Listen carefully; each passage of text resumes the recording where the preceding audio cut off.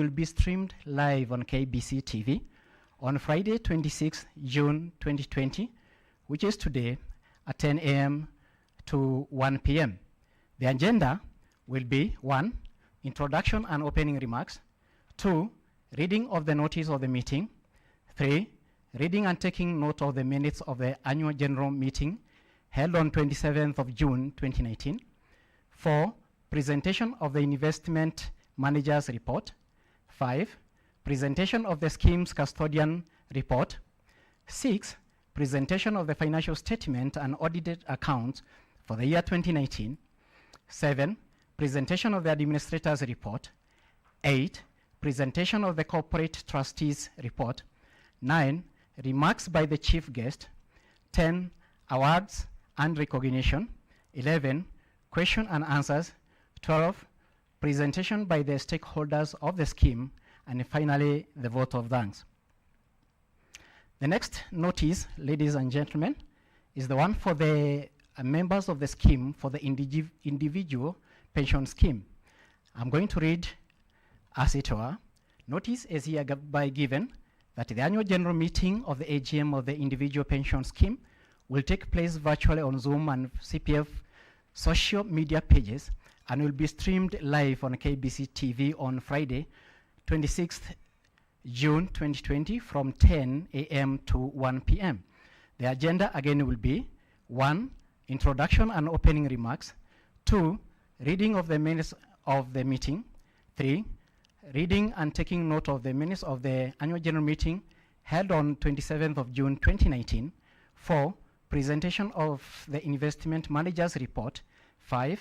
Presentation of the scheme's custodian report. 6. Presentation of the financial statement and audited accounts for the year 2019. 7. Presentation of the administrator's report. 8. Presentation of the corporate trustees report. 9. Remarks by the chief guest. 10. Awards and recognition. 11. Question and answers. 12. Presentation by stakeholders of the scheme. And finally, vote of thanks. Ladies and gentlemen, I now go to agenda number 3, where we are supposed to read the minutes for the last meeting, which took place on 27th of June, the year 2019. Ladies and gentlemen, if you check on our website, that is cpf.or.ke, you'll get the minutes actually uploaded there, and you can be able to go through with me. I'll actually take the minutes as read, but for purposes of those who are listening to us, I'm going to only highlight some few areas what the minutes have captured. The first one is the one for defined benefit scheme, that is on the 16th annual general meeting of the local authorities pension lab trust, a DB scheme which was held in Pride Inn, Paradise Resort, Mombasa, on Thursday, 27th of June, 2019. The first few pages, ladies and gentlemen, actually the first and second shows the attendance. Minute number 1 was about introduction and opening remarks. Minute number 2 was about the keynote address by the chief guest of that time, that is Hon CS Eugene Wamalwa. The third, minute number 3, was reading of the notice of the 16th annual general meeting. The fourth minute was about the reading and approval of the minutes of the 15th AGM. The fifth minute was about presentation of the trustees report. Actually, details have been captured well if you go through all those minutes. And ladies and gentlemen, even the, that is minute number 8, presentation of the custody report, and also all the stakeholders actually who made presentation that day, or everything is captured.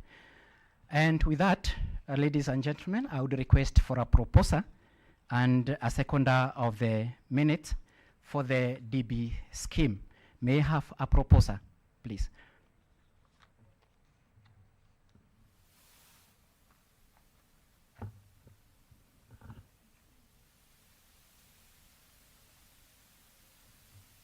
a proposer, please?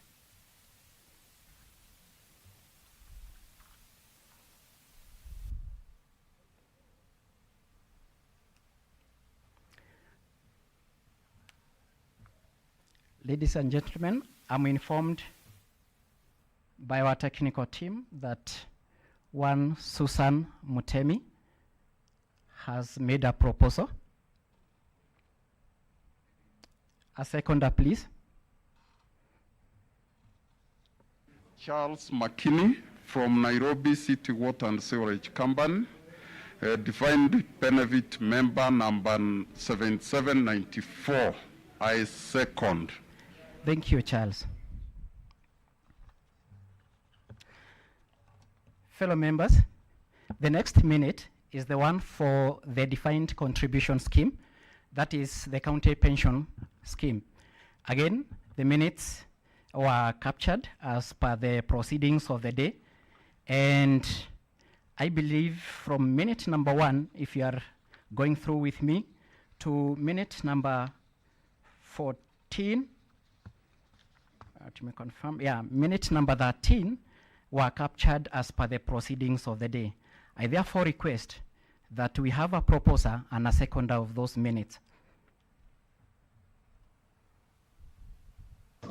Greetings, my name is Jennifer Munyori. I work with Mombasa Water. My membership number is DC 145-792, and I wish to propose the minutes. Thank you. Thank you, member. May I have a seconder?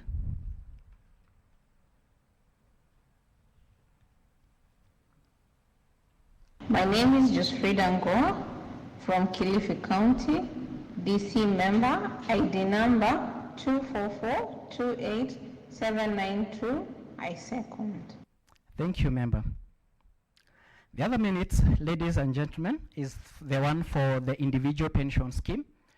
And again, they took place the same day with that one of the defined benefit and also the defined contribution scheme. I therefore, for purposes of time, request that again these minutes be taken as read, and we have a proposer and a seconder of the same. May I have a proposer, please? I, Mohammed Shale Suleiman, CPF member from Garissa County, ID number 0032213. I propose. Thank you, Mohammed. Thank you, Mohammed. May I have a seconder? My name is Gloria Terer, member number 6473. I second these minutes. Thank you, Gloria. Ladies and gentlemen, that brings to the end the reading of the notice and also the minutes for this meeting. I thank you so much.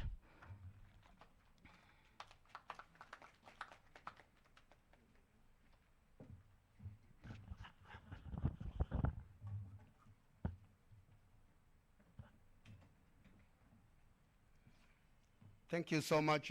Thank you, Company Secretary. Let's give a round of applause to the Company Secretary. Thank you so much for the proper coordination of the proposals and seconders of the minutes. And we want to appreciate, thank you for that organized manner of which we've gotten from those counties that are far away from here.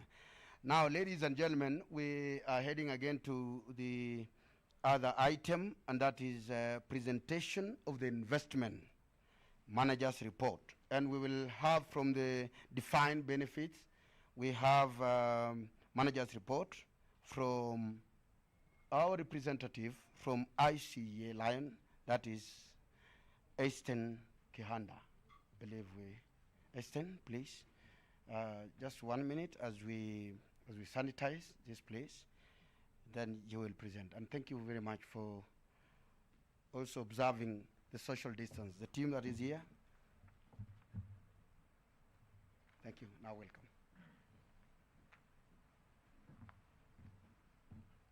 Thank you very much, distinguished guests, ladies and gentlemen. My name is Einstein Kihanda from ICA Lion Asset Management, and I'll be giving the report on behalf of the fund managers for the DB scheme for the year 2019. My presentation will cover the role of the fund manager. I'll also give a report on the macroeconomic environment that was prevailing in 2019. I'll talk about a summary. I'll give a summary of the fund, and I'll also give an outlook for 2019. The three fund managers who are managing the DB scheme in 2019 were Britam, ICA on Asset Management, and Stanlib, and therefore I am giving the report on their behalf. Starting off with the role of the fund managers.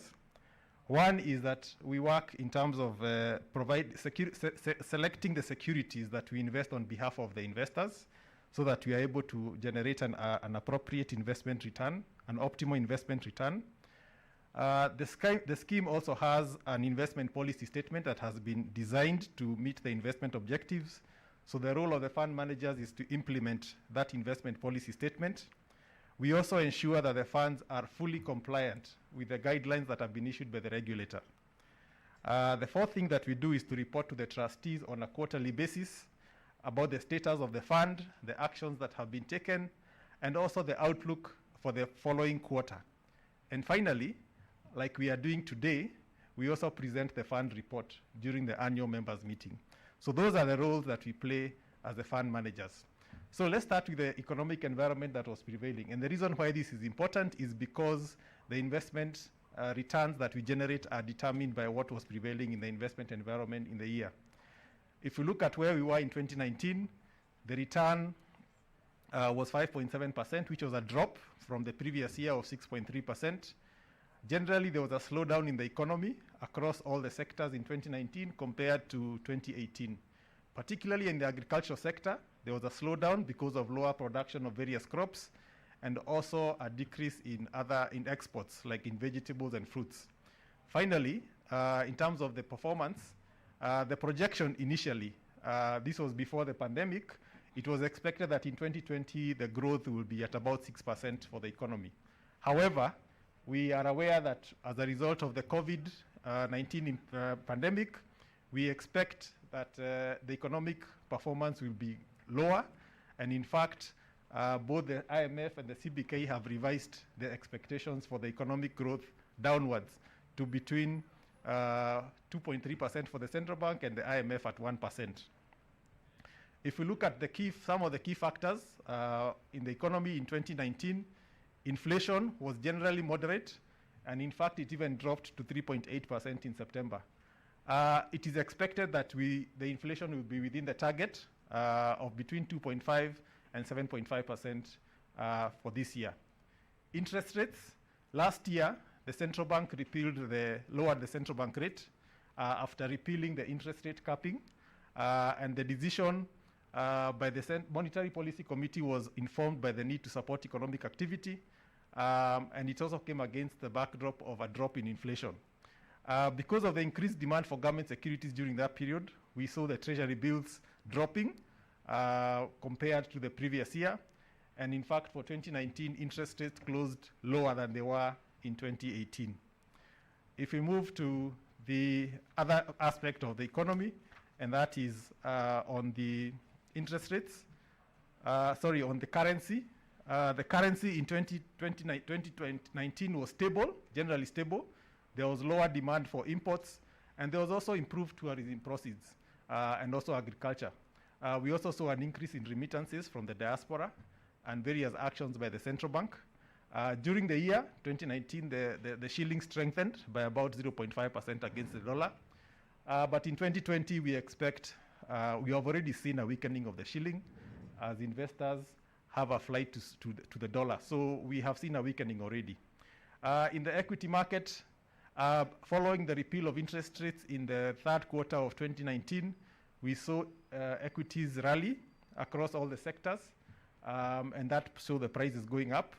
However, in 2020, we have seen a reversal in that upward trend as a result of the uncertainty that has arisen as a result of the COVID-19 pandemic.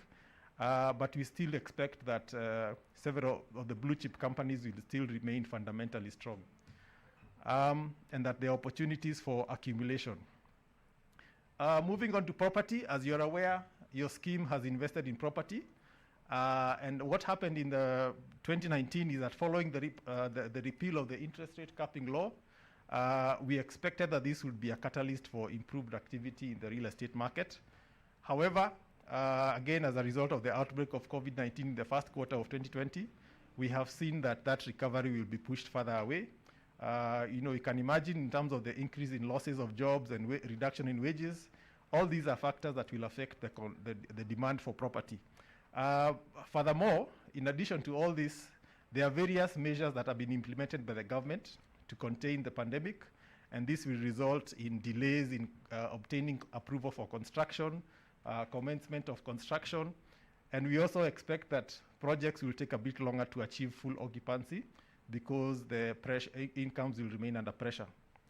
So let's move now into the details of the scheme in terms of the investments.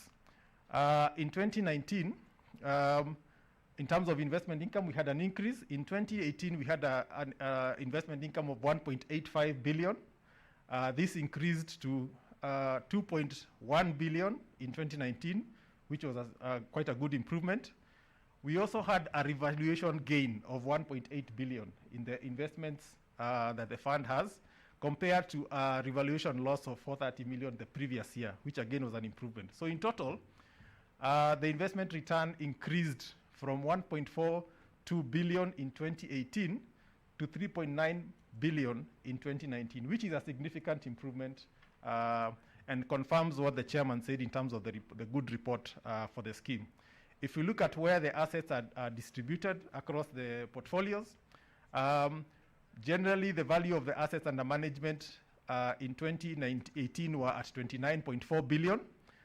These have increased to 31.4 billion. And in terms of the allocation, the biggest weighting we have is in property, followed by government securities, and then listed equities. So the total assets of the scheme increased from 30.4 billion in 2018 to 33.1 billion in 2019. What are our expectations in terms of the outlook going forward? One, in terms of the economic growth, I think I've already given you a snapshot that we expect there will be lower economic growth in 2020 because of the impact of COVID-19. We also expect that in terms of our currency, it will be weaker in 2020 because of flights, investor flight to safety of dollars, and also lower remittances from the diaspora because of our Kenyans employed abroad. We expect that they'll remit, there'll be a reduction in the money they remit to our country. However, in terms of inflation, we expect that inflation will remain within target because we have a much lower import bill in terms of oil. As you have seen, petrol prices have gone down because the international crude oil prices have reduced. And we also expect the prices of food items to be stable. Interest rates may experience some upward pressure on the longer term bonds because investors may demand higher returns because of this uncertainty. On shares, that is equities, we expect some volatility as listed companies adjust in order to cope with the pandemic. And finally, on property, we expect a slow recovery in 2020 as a result of the pandemic. Chair, I think that concludes my report for the DB scheme, and at some point in time later on, we'll be available to take questions. Thank you very much.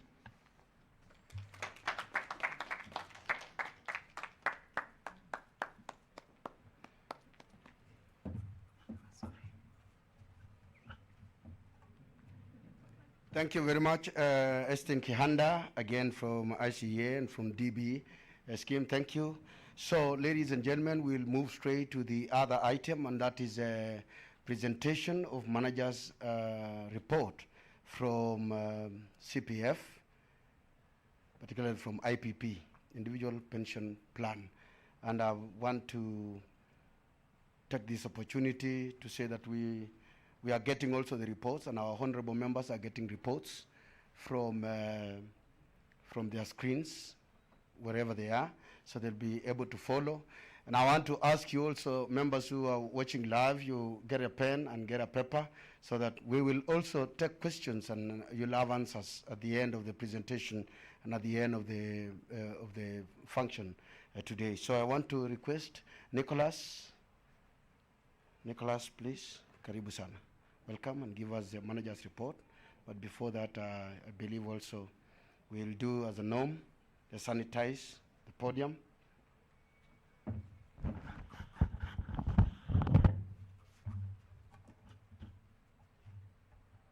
Thank you. You are welcome.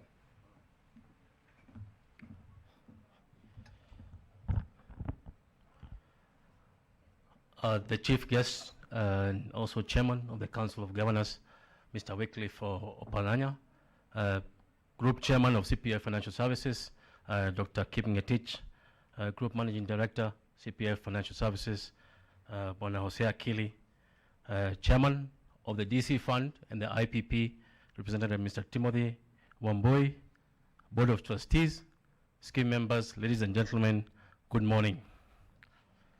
So I have today the distinct privilege and honor of representing the investment report for the DC Fund and the IPP. Again, my name is Nicholas Ithondeka. I'm the CEO of Corp Trust Investment Services. This report I present on behalf of our firm, Corp Trust Investment Services, and Sanlam Investment East Africa, who are the fund managers in office in 2019.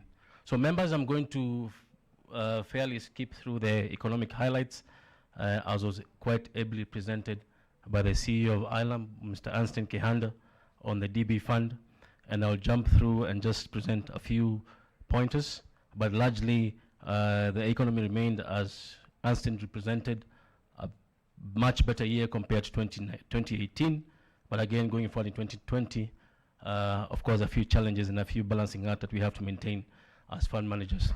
So the Kenyan economy did well in 2019, as was quite ably presented. Again, for us, the key issue is just good weather. If there's good rainfall, then you're able to see most of the parameters in the sector are able to perform.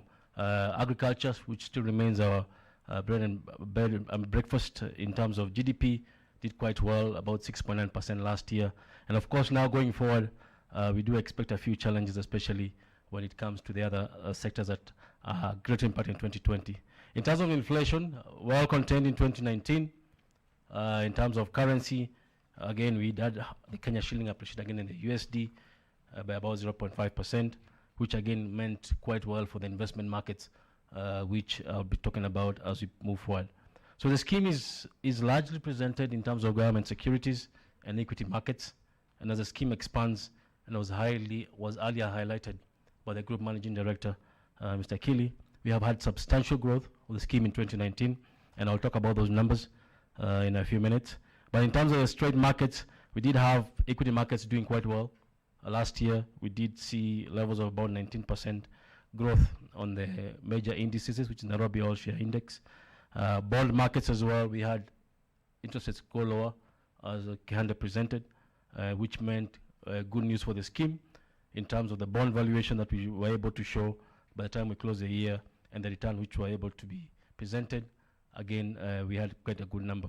So I'll jump into the scheme specifics, especially I'll start with the DC Fund, which is now the County Pension Fund, DC Fund. As earlier mentioned, it had substantial growth. By law, we are required to maintain the investments of the funds in particular assets as per the Retirement Benefits Authority, and I'm happy to confirm that we were compliant and we were able to present the scheme as stipulated by law under the RBA Act, and also under the investment policy statement, which dictates what we can invest in and what we cannot touch. So in terms of scheme location, we had about 65% on government securities, which is mainly bonds and treasury bills. We also had about 20% on equity markets, which is now slightly aggressive investment. And we also had fixed deposit about 8%, bringing the total fund value to about 12.1 billion. If you look at the previous year, in terms of proportion, you'll see it largely didn't change, but however, the scheme did record a significant jump in fund value, as was earlier highlighted by Mr. Kili.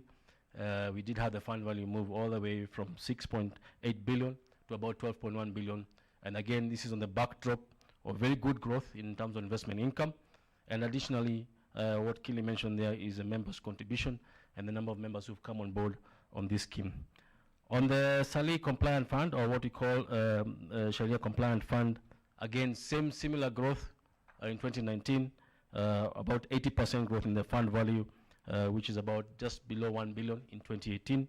By the time we closed the year, we were at about 1.8 billion. Again, just giving the story of the growth that we've had, even on the Sharia compliant fund. In the asset allocation, as earlier mentioned, we have requirements by RBA and by investment policy statement. So we were largely in line with what is expected, and we did have 20% in equity markets. We had about 65% in government bonds. And as you'd see, as we move forward, you'll be able to see us step into more riskier markets. And of course, given how the times are operating, is a well-balanced and calculated move to try and jump into what is largely cheaper assets now as we move forward. Moving back in terms of history, you see the growth of the fund has been fairly positive. In 2017 to 2018, a growth of about 40%. In 2019, compared to 2018, again another jump of about 70%. If you move to the growth of the fund, of the Sharia compliant fund as well, similar growth, which we are quite happy to report as fund managers. I'll jump through to the IPP fund and just fairly go through the numbers in terms of the performance. Again, members, similar growth here. We did have a jump all the way from about 1 billion to about, actually 926 million to about 2.015 billion, which is a 117% growth in the fund. The distribution of assets still remains fairly the same. Government securities is about 66%. Again, the stability of that you'll appreciate, especially in years like this year of 2020. We are still able to reflect the income. Historically, you'll see the jumps in 2017, 2018, 43% growth in this fund. Again, in 2019, 117% growth in this fund. So, ladies and gentlemen, members, we are happy to represent 2019 numbers which have been very positive. In 2020, as Kehanda has talked about, there's a very delicate balance of what we are going to invest into. Of course, a bit of slowdown of the markets. And again, for us in 2020, the principle moves to preservation of capital and as marginal growth as possible as you can manage, given the circumstances we find ourselves in. But all said and done, the scheme continues to grow, especially in terms of membership contribution, which is supportive to investment return. And on behalf of Sanlam Investments, East Africa, and ourselves, Coptrust Investment Services, we'd like to thank the board and the members as well for having given us the support to be able to continue growing the fund. And later on, as Kehanda mentioned, there's an opportunity for question and answer, and we're happy to take them at that point. Thank you so much. Thank you. A round of applause. Let's appreciate Nicholas Itondeka.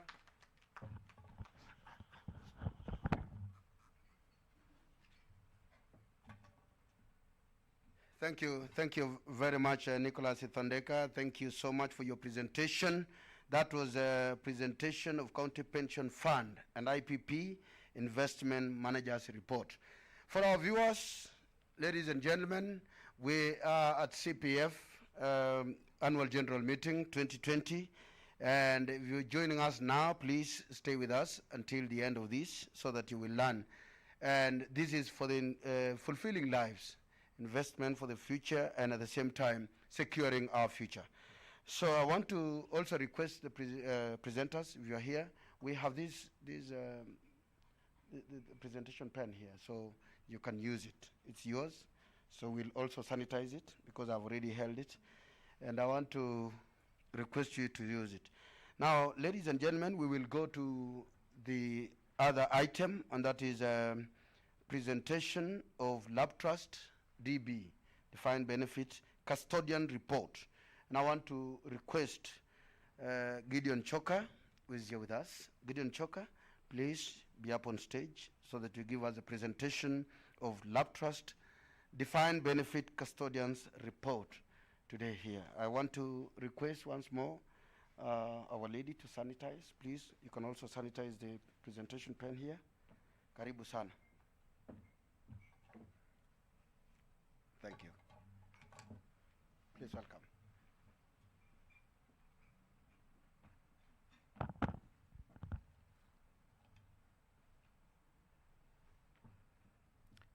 The chief guest, the Chairman, Council of Governors, His Excellency, Honorable Wycliffe Oparanya, the Chairman of CPF Financial Services, Dr. Kip Getich, the Group CEO,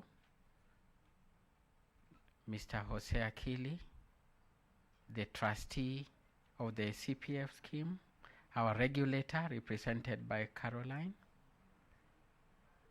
the management, esteemed and distinguished guests, esteemed members, good morning. My name is Gideon Choka.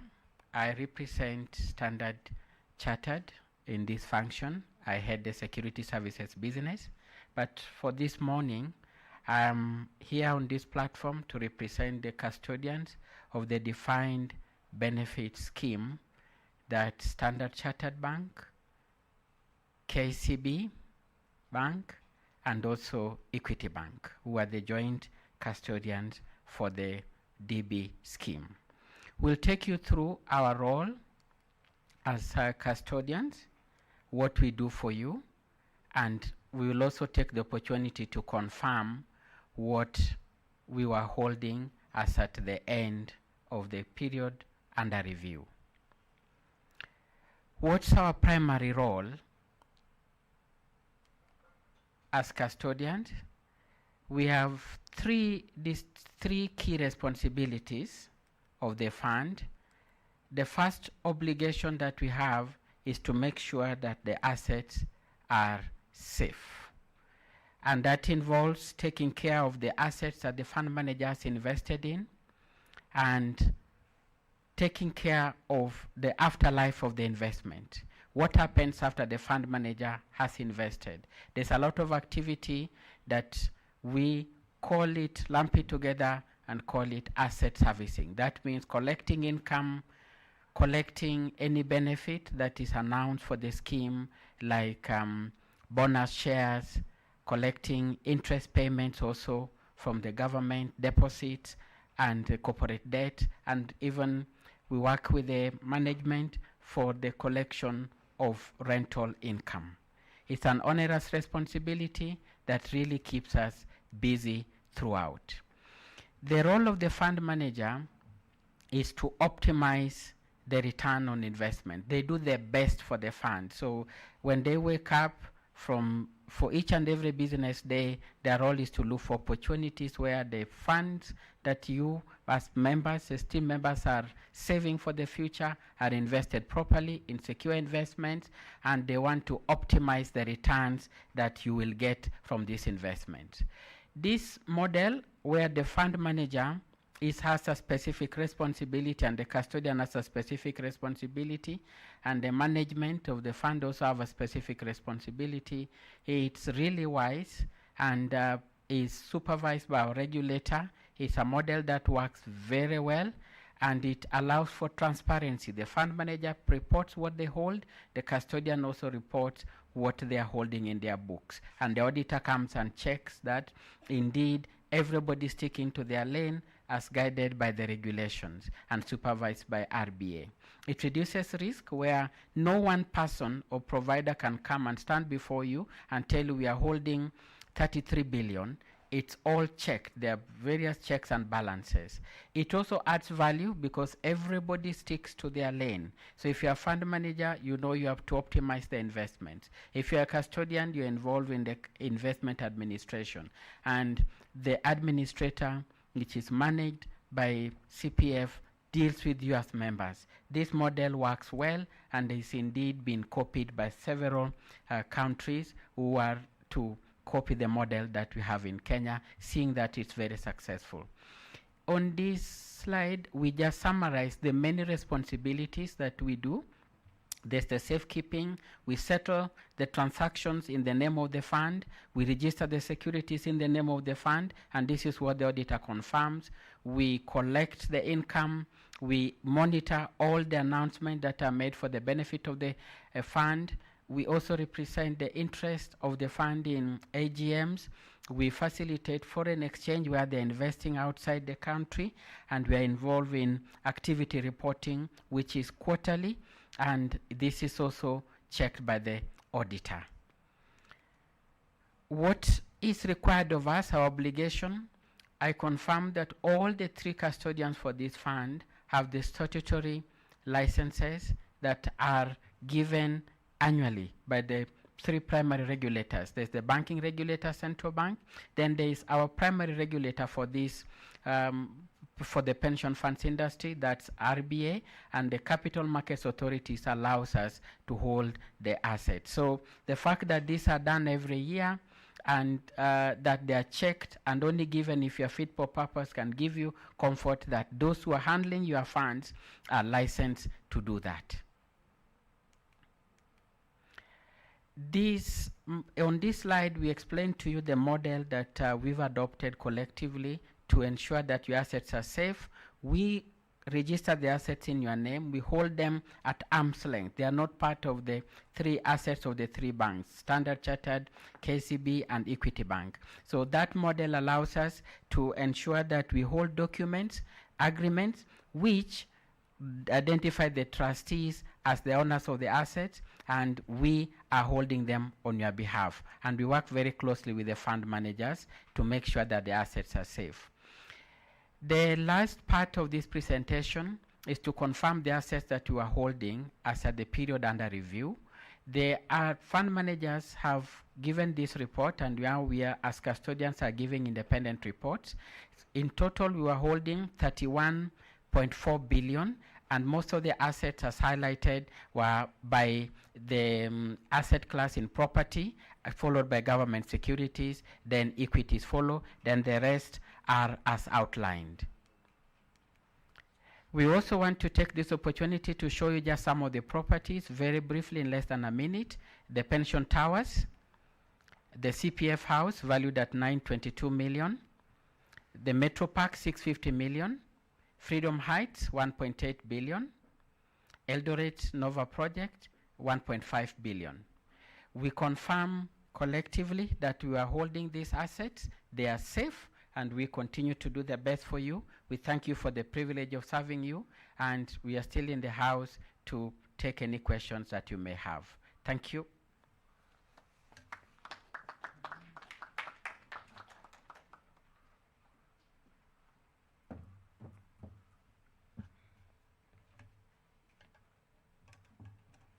Thank you very much. Thank you, Gideon Choka. Thank you for your presentation of LabTrust DB's custodian report.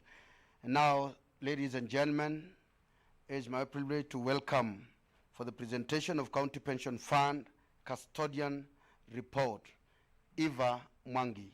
Let's give a round of applause as she is the first lady to present something here. Karibu sana. Welcome.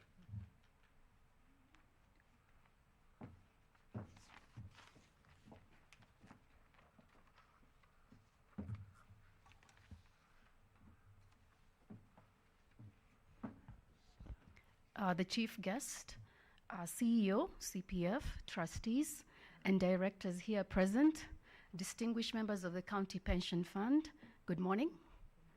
My name is Eva Mwangi from NCBA Bank. I'll be making my presentation, doing the custody report for the County Pension Fund. This fund has two custodians on board. There's Equity Bank and ourselves, NCBA Bank Kenya PLC. It has also appointed two fund managers to make investment decisions, and this is CopTrust and Sanlam East Africa. The role and the statutory obligations of custodian has been ably presented by my predecessor, so I'll go ahead and give a confirmation of the assets under custody for the financial year of which we're reporting. We'll start with the conventional fund. We started the fund with a fund value of 5.9 billion at the end of 2018 and closed with assets under custody at the end of 2019 at 10.5 billion shillings. Of that, we were holding cash and cash equivalents valued at 261,375,000, fixed deposits in various banks at 807 million shillings, government securities being the bulk of investments, those are your treasury bills and bonds, valued at 6.8 billion shillings, corporate bonds at 14 million, quoted equities at 2.1 million shillings, and investment in property at 461,887,000. The fund also had some funds due from related parties valued at 298 million shillings, receivables of 1.4 billion, and payables totaling to 165,330,000, giving total assets for the for the conventional fund at 12.1 billion shillings. For the Salih fund, this is a Sharia compliant fund. The fund started with assets at 967 million shillings and closed at 1.5 billion shillings. Of that, the fund had 33.8 million in cash and equivalents, fixed deposits at 1.4 billion, and quoted equities at 8 million shillings. The fund also had some receivables of 179.6 million and payables of 93.6 million, giving total assets of 1.7 billion shillings.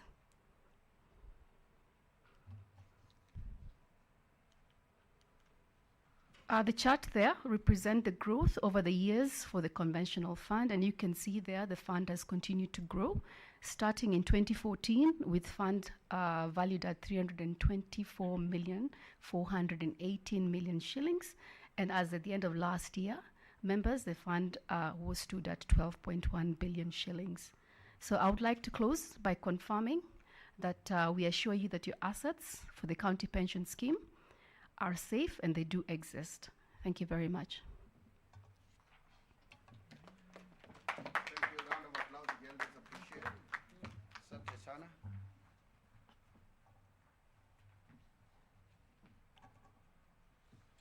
Distinguished guests, ladies and gentlemen, and our members, that is the custodian report. May I now invite on stage again for the presentation of CPF, Individual Pension Plan, Custodian Report. I want to welcome Bwana George Mwangi. Karibu sana, George.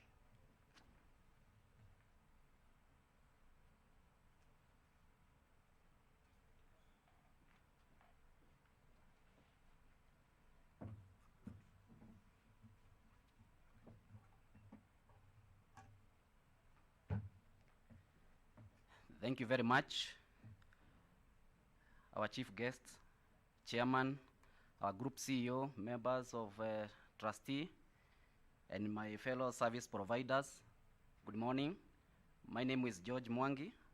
I'm here representing Equity Bank as a custodian of this fund. And I want to take you through the assets that we are holding as the end of the year 2019.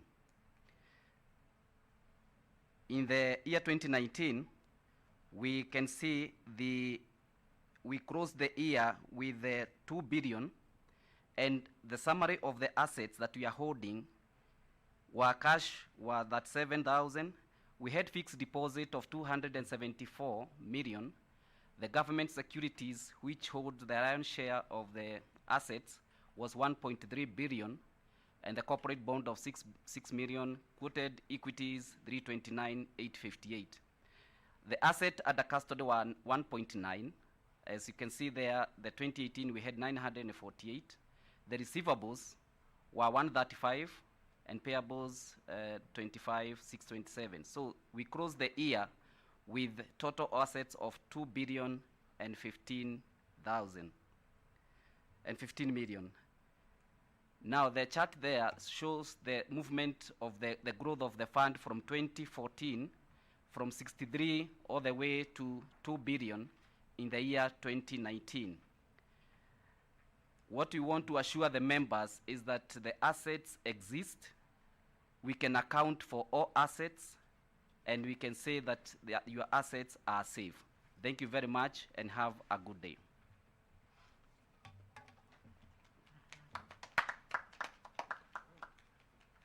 Let's give a round of applause once more. Thank you very much.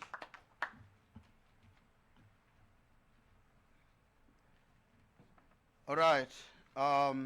Now, ladies and gentlemen, we are moving to the next item, and that is a presentation by the scheme actuary. We have from Zamara, and this is Neil Gudka. Neil Gudka, I believe you have a binoculars on how you will be checking on the investment of the members and tell them, if you invest here, you benefit. You invest here, you win. you invest here, you get profits and so forth. So welcome, and I believe no one has touched this table, no one has touched the dais, so you are safe. Welcome.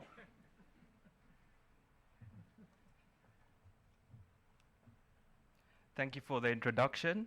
As mentioned, my name is Neil Gutka, and I'm here on behalf of Zamara as the scheme actuary of the Local Authorities Pension Trust to present the actuarial valuation results of the Local Authorities Pensions Trust as at 31st December 2018. So just a bit of a quick background around LAP Trust. It was initially formed as the Kenya Local Government Officers Superannuation Fund in 1963. However, this was revoked in 2007 and the LAP Trust was formed. It mainly comprises membership of employees of county governments which have been successed by local authorities and other affiliated employers. So the scheme operates on a defined benefits basis, and what this means is that the pension benefit that a member receives in retirement is based on a formula which is related to pensionable service and final pensionable salary. Members can also commute into cash up to 1/3 of their benefit at retirement, and members contribute at 12% of their salaries, and employers contribute at 15% of salaries. So what are the purposes of this actuarial valuation? The first thing we do is to assess the financial position of the scheme. And by this, I mean, we compare the value of the assets with the value of the liabilities. If the value of the assets is greater than the value of the liabilities, then we say that the scheme is adequately funded. However, if the assets are less than the value of the liabilities, then the scheme is inadequately funded. We also investigate and report on the actual experience of the scheme since a previous valuation. For example, we assume that investment returns will be 9% per annum. And as part of the valuation, we check whether the investment returns have actually been greater or lower than 9% per annum. If the scheme is inadequately funded, then we say that the scheme is in a deficit, and we recommend the contributions that the sponsors need to pay in order to restore the scheme back to a sound financial condition. And it is also a statutory requirement for the scheme to carry out the actuarial valuation at least every 3 years. So what is the benefit in the scheme? The formula for service before 19th August 2009 is 1/480ths of final pensionable emoluments for each month of pensionable service. To translate this into something understandable, it basically targets a pension of about 75% of the member's final pensionable salary at retirement after 30 years of membership of LAP Trust. For service post 19 August 2009, this was reduced slightly to 1/500, and what this means is that it targets a pension of about 72% of the member's final salary after 30 years of membership. So to do the actuarial valuation, what we do is we analyze the data of the scheme on which the results are based. The first category of membership are your active members. If you look at the third column, which is 31st December 2018, you will see that there were 17,224 active members. So these are members that are actively contributing to the scheme. The pensionable salaries were just under 8 billion. And just to reiterate, pensionable salaries are the member's basic salary plus house allowance as at August 2009, increased at 5% every year to 31st December 2018. The average age of the scheme was 49.5 years, and the average service per member in the scheme was around 17 years. If you look at the numbers in 2016, you will see for the average age, it has increased from 47.9 years to 49.5 years, and you can continue to expect this to happen as the scheme is closed to new entrants. In terms of pensioners and spouses, so as at 31st December 2018, there were just under 5,000 pensioners receiving annual pensions of around 643 million. The average annual pension was 130,000, and the average age of the pensioners was around 66 years. The scheme also provides benefits to spouses of the pensioners and members that have passed on, and as at December 2018, there were 1,908 spouses receiving an annual pension of just over 88 million. The average age of these spouses was 57.9 years. Again, children are also beneficiaries of the scheme for members that have passed on, and as at December 2018, there were 101 children receiving annual pensions of just under 5 million. The average age of these children was 15 years. In terms of deferred benefits, so these are members who were previously employed by their sponsors and have now left service of the sponsors and have benefits retained in the scheme. There were 496 deferred members, and there were 2,261 members with outstanding benefits as of 31st December 2018. I'll just do a quick look through of the assets. So the assets were valued at 27.650 billion, mainly invested in property at 46%, followed by government securities at 39%. The next slide shows the growth of the assets from 2016 to 2018. I won't go through this in detail in interests of time, but it basically shows how the fund has moved over the 3 years, 2.5 years. So, when doing the actuarial valuation, we usually adopt certain assumptions. The key assumptions here were a normal retirement age of 60 years. The rate of interest, which is also the investment returns, were assumed at 9% per annum. The salary escalation rate was assumed at 5% per annum. And already as explained, the benefit for service prior to 31st August is based on an accrual rate of 1/480 and thereafter at 1/500. I'll move to the slide on the valuation results. So as you can see, as at 31st December 2018, in the third row, in the third column, you can see that the total liabilities were valued at 35.294 billion. Majority of these liabilities were in respect of active members at 26.819 billion, followed by pensioners at just over 6 billion.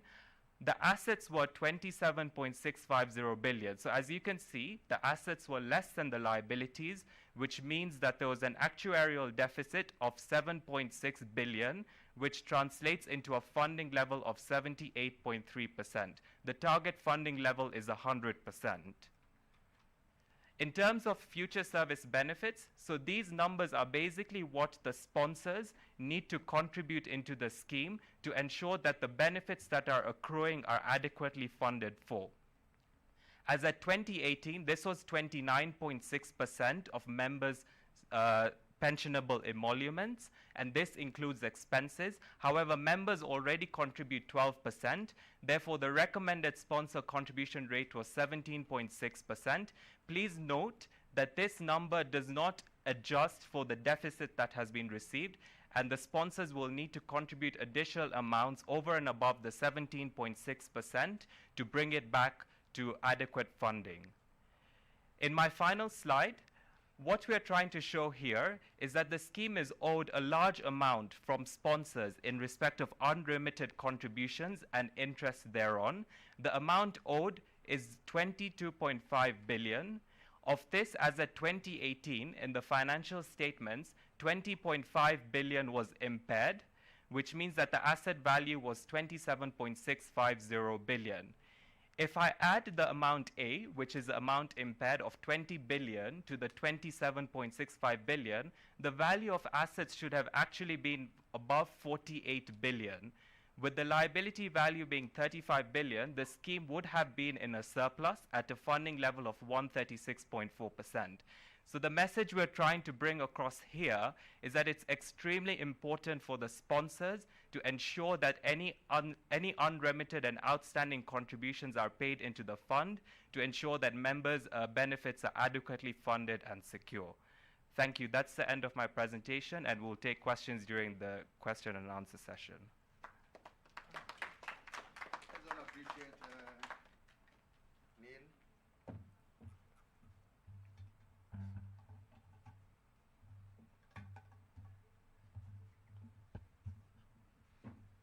Thank you so much.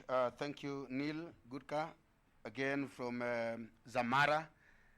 We appreciate you. Thank you very much. Now, we will go straight to the next item, that is presentation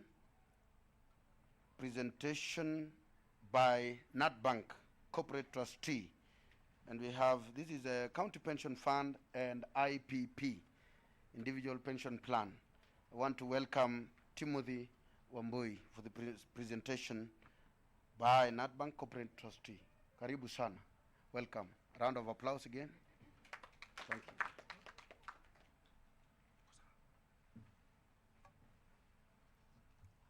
Thank you, Your Excellency. Your Excellency, Mr. Governor Wycliffe Oparanya, Chairman Dr. Julius Kingetich, CEO Jose Akili, and Caroline of RBA, and my fellow trustees who are here, and service providers around, all protocols observed. Good morning. I'll take you through the the trustees report, and for the county pension fund, and also for the IPP, that is the individual pension plan. But I'll start with the CPF, and we are saying it is a scheme that is established under the RBA, and it's a defined contribution scheme, which means both the sponsor, the employer and the employee contribute into it. Then it's a tax-exempt fund. And then we are saying in 2019, I think this was 2018, when we registered the SALI fund, which was to cater for those members who would like the investments to be invested in compliance with the Sharia rules. As you can see, the funds increased during the year. We'll begin with the conventional fund, which began at 2.1 billion shillings. Grew by 2.1 billion shillings in 2018, but in 2019 it grew by 5.8 billion shillings. That's almost doubling. Okay, the SALI fund began at 983 million shillings, closing at 789 million shillings during the year. Then members who are watching us from home, we are saying the fund has 160 sponsors with 43,000 employees. And on average, the contribution rates are between 12% for the employee, 15% for the employer. At the beginning of the year, we had 36,000 members for the conventional fund, and we closed with 43,000 members for that fund. SALI fund, at the same time, grew by 1,300 members to close at 7,319 members. So like I said again, this fund was formed in compliance with the Asakila in 2010, which closed DB schemes. You had Gideon saying the DB scheme is closed to new entrants, but the DC scheme was formed now for both employer and employee to contribute, and the rates are there between 15% for the employer and 12% for the employee. Sorry, employee 12%. So again, you can see here how the fund grew and where we invested. I think the CEO, Nicholas Idondeka, took us through this slide, so I will not belabor on it. But what I want to point out is that you can see the assets grew by 77%, 6.8 billion shillings to 12 billion, almost doubling. Okay? Whereas the membership, I can see membership grew by only 21%. Okay? So we are saying the growth in numbers is not really because of growth in members. It was because of two factors: members increasing their savings and the fund manager doing a good job. So we'd like to appreciate Mr. Nicholas Idondeka, pigeni makofi kidogo, for growing the fund by that value. So asset under management, 15 billion shillings. As you can see, most of our assets are in government securities, at about 6.8 billion shillings. We're investing in property, 400 million shillings, at about 3.2%. And all these investments, like the fund managers told you, They are limited by the RBA limits, and you can see all of them are within the limit. Okay. So we are appointed by the promoter. In this case, it is CPF, the promoters of this fund. They're the ones who have appointed us. And our auditors, Deloitte, who are in the house, they express their willingness to continue in office. That shall be, of course, discussed during this AGM. So what is our responsibilities in this fund? And we are saying our work is to prepare the financial statements for each year, which give a true and fair view of the disposition of the fund's assets at the end of each and every financial year. We are also responsible for preparing these statements in accordance with the IFRS and the RBA Act. They give us some guidelines which we use when you're preparing these financial assets. We also accept responsibility as the trustees of these financial statements, and we know they've been prepared by in conformity with the IFRS, like I said, and we know they show a true and fair view of the transactions that took place in 2019. Statement of trustees responsibilities. You can see there, we acknowledge we are making an assessment of the fund's ability to meet obligations, especially in these COVID-19 pandemic times. And I think these are note 27 on the financial statements, which are available online. I think members can go through them. And we also know, we are also saying that this audit does not relieve us of our responsibilities in terms of investments of the scheme. I'll quickly take you through the individual pension plan. And we are saying all these statements are more or less the same between the the CPF, what I've just taken you through, and the IPP. And we are saying CPF individual scheme was previously called Lab Trust Individual Pension Scheme and was registered in 2014. The funds, the increase in assets, last year, assets grew by 1 billion shillings, a whole billion shillings, from 280 million shillings in 2018. I think there's some good performance there. Funds under management, I think this Nicholas here took us through 2 billion shillings in mostly in government assets. So again, we are saying we are appointed by the scheme promoter, and Deloitte, who are in the house, are expressing their willingness to continue in office as auditors. So our responsibilities, same as the CPF, whereby we do not absolve ourselves from any financial, from the responsibilities with regards to the financial statements. I think members, we have a chance for a Q&A after these presentations. Thank you so much.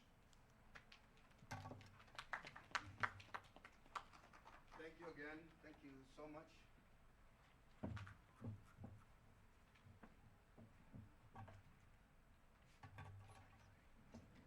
Thank you. Thank you so much, Timothy Boy. And we want to appreciate that you've really, I know it have been a long presentation, but you've made it short. And I also believe for the viewers and the members who are also, we are together in this forum, you will send in your questions, and later on we will be able to give you answers. And I want to now request presentation of the financial statements and audited accounts for the year 2019. I want to request Lab Trust Defined Benefits, Price Waterhouse Coopers, Samuel Manco. Samuel Manco, karibu sana. Welcome. Sorry.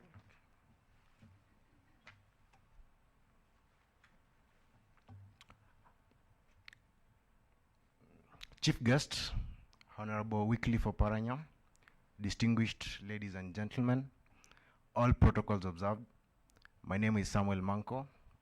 On behalf of PricewaterhouseCoopers, here to present our audit opinion for the financial statements ended 31st December 2019.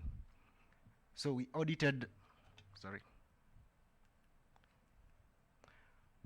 the accompanying financial statements of the local authority pension trust, which comprised of the statement of net assets available for benefits as at 31st December 2019, and the statement of changes in net assets available for benefits and cash flows for the year ended then, and the notes to the financial statements, which include a summary of significant accounting policies. In our opinion, the financial statements give a true and fair view of the financial position of the local authority pension trust as at 31st December 2019 and of its financial performance and cash flows for the year then ended in accordance with the International Financial Reporting Standards. Our basis of opinion: we conducted our audit in accordance with the international standards of accounting, of international standards on auditing. Our responsibilities under those standards are further described in the auditor's responsibility for the audit of the financial statement section of our report. We are independent of the scheme that is in accordance to the International Ethics Standards Board for Accountants, International Code of Ethics for Professional Accountants, together with the ethical requirements that are relevant to our audit of the financial statements in Kenya. We have fulfilled our other ethical responsibilities in accordance with the International Ethics Standards Board of Accountants Code. We believe that the audit evidence we have obtained is sufficient and appropriate to provide a basis of our opinion. The opinion has been signed by FCPA Richard Njoroge, practicing certificate P1244. He's the signing partner independent of the audit. Thank you.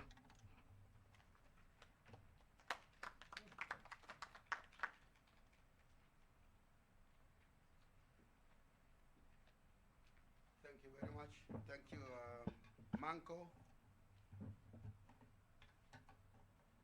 And now, ladies and gentlemen, I want to remember we still on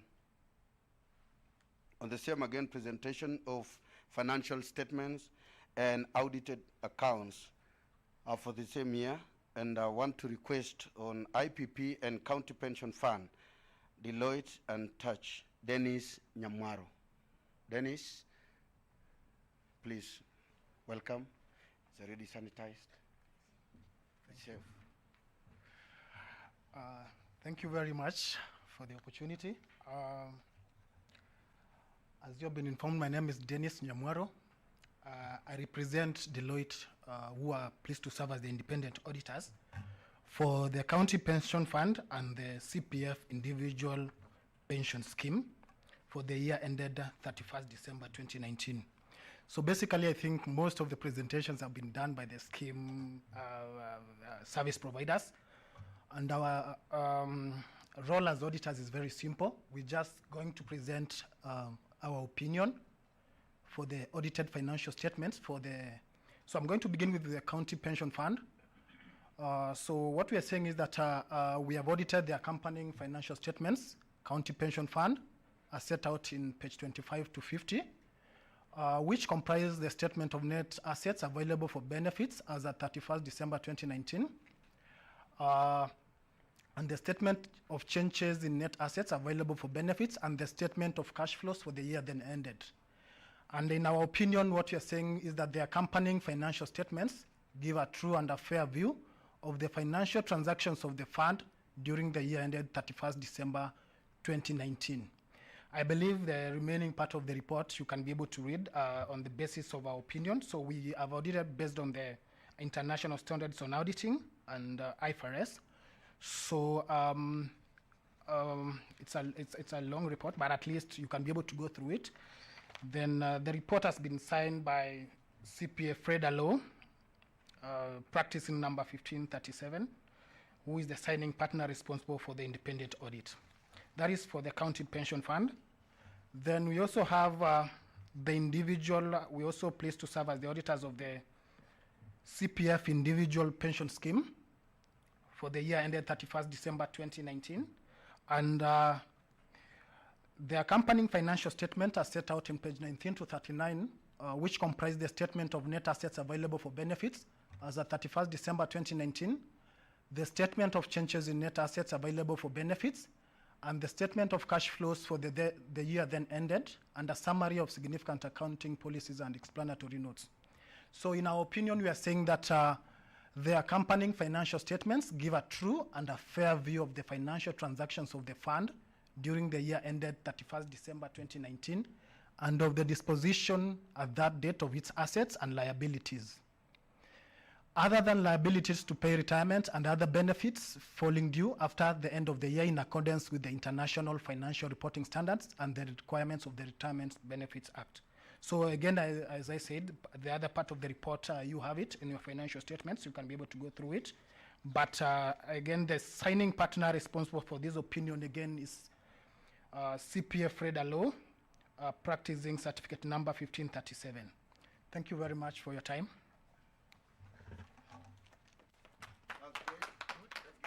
Thank you so much, Nyamwaro.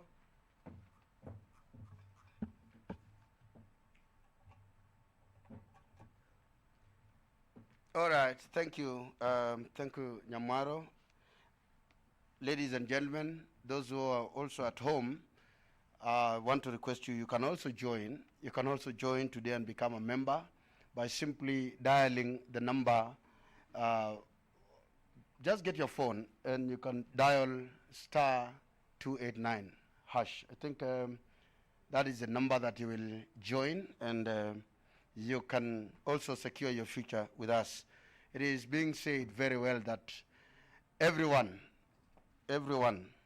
from the small child to a mature person, you one day grow old. So you need to secure the future by saving actually for that time when you will be out of energy, you'll be out of hustle and tussle, and that is the time when you need to relax, and now your savings will take care of you. Ladies and gentlemen, we will again move to the presentation, and the presentation will be done also live from position where our presenters will be, and we will have remarks from the scheme stakeholders. We have Water Services Providers Association CEO together with its chairman, the Water Services Providers Association chairman. We will be having presentation from the locations where they are, and we believe that we are ready to get them straight. Let's join them. My name is Anthony Ambugo, the Chief Executive Officer of Water Services Providers Association. This is the premier umbrella body of all water companies in the Republic of Kenya. We are happy to be associated with the County Pension Fund as they undertake their unprecedented 17th annual general meeting virtually. And we are happy because we are aware that all the nations of the world are facing very difficult and challenging times because of the COVID-19 pandemic. But all in all, life has to continue, and as this AGM is taking place, we are proud to associate with County Pension Fund and congratulate them as they share their operations during this 17th annual general meeting.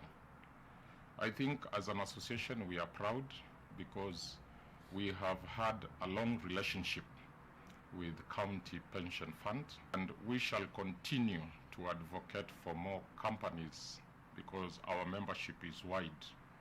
Out of the 88 regulated water utilities, 70 are our members, because we know the role of pension funds in the role of our members as they exit the work stage and join another phase of life. These funds are very, very important in securing their future, giving them hope, and ensuring that they are able to fulfill lives. And we also, at this juncture, allow me to sincerely, from the bottom of my heart, thank the Board of Trustees, management and staff of County Pension Fund. They have joined hands with us during the fight, in this fight of COVID-19 pandemic.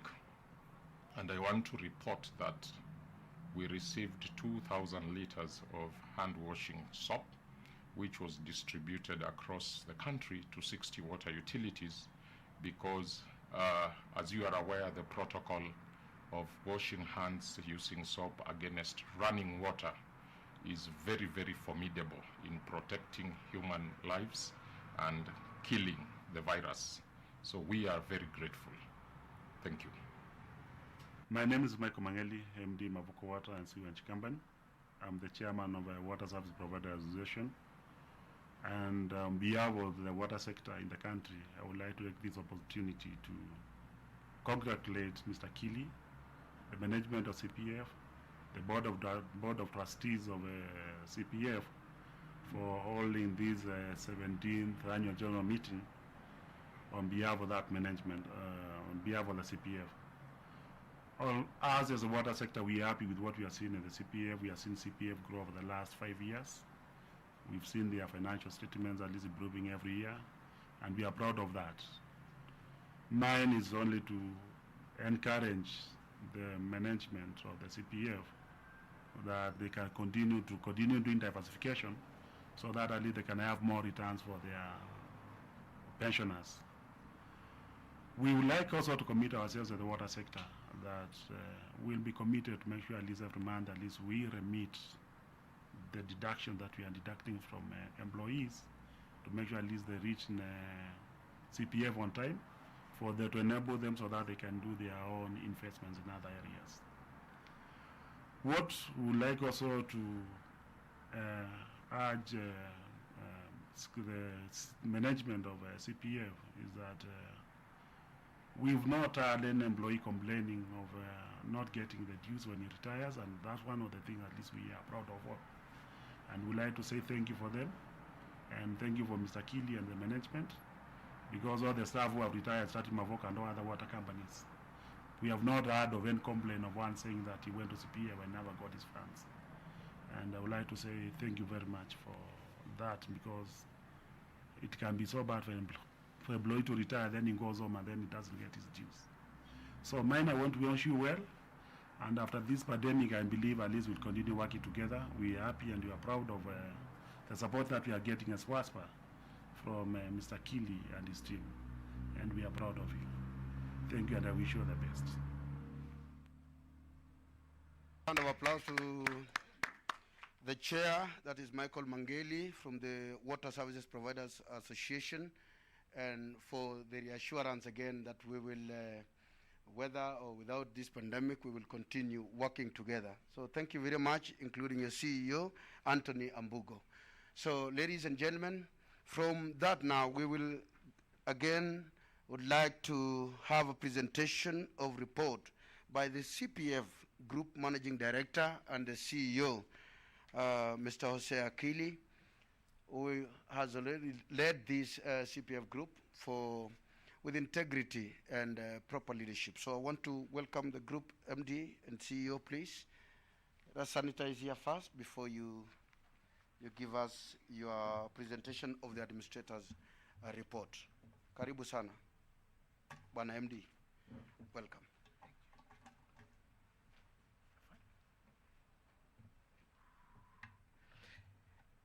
Okay. Now, good afternoon. I believe, oh yeah, still morning, a few minutes too. Yeah, good morning, everybody. Good morning, members of our group of schemes. Your Excellency, the chief guest, whom we expect to arrive here shortly. Excellency Wycliffe for Paranya, and possibly the Governor of Kisii will also be here. Our chairman of the Laptop Board, Dr. Kwedo, who is in Eldoret and is going to be giving us his speech from Eldoret, and the other representative from our corporate trustee, Mr. Timothy Wamboi, and his colleagues. Also our service providers, appreciate all of you. And of course, RBA, the CEO, who is represented here by Caroline Wabwire, and all the other distinguished guests who are with us, Kenya Broadcasting Corporation team, who are really doing a wonderful job supporting our dream of reaching our members nationally. I want to repeat again that, you know, KBC is a national station, and millions of people watch, and I'm informed that millions are tuned in to this virtual event happening here. And many thousands of our members are able to attend the AGM for the first time in numbers. And I want to say, members, amjamboni, tusalamiane kwa hewa. Now, my report is a brief one because the service providers have given us a lot of information. What we have as the scheme administrators, because we manage the 3 schemes, among others we are managing, is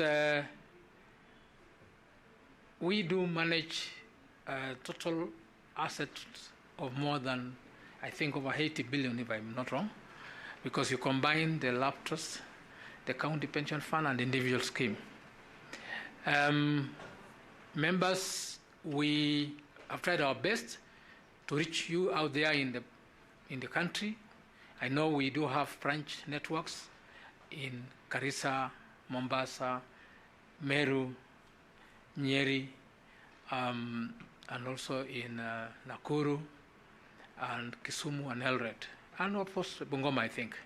Now, through those branches, we have been able to serve you well. We engage with your county government, executive team, the legislature, and all the other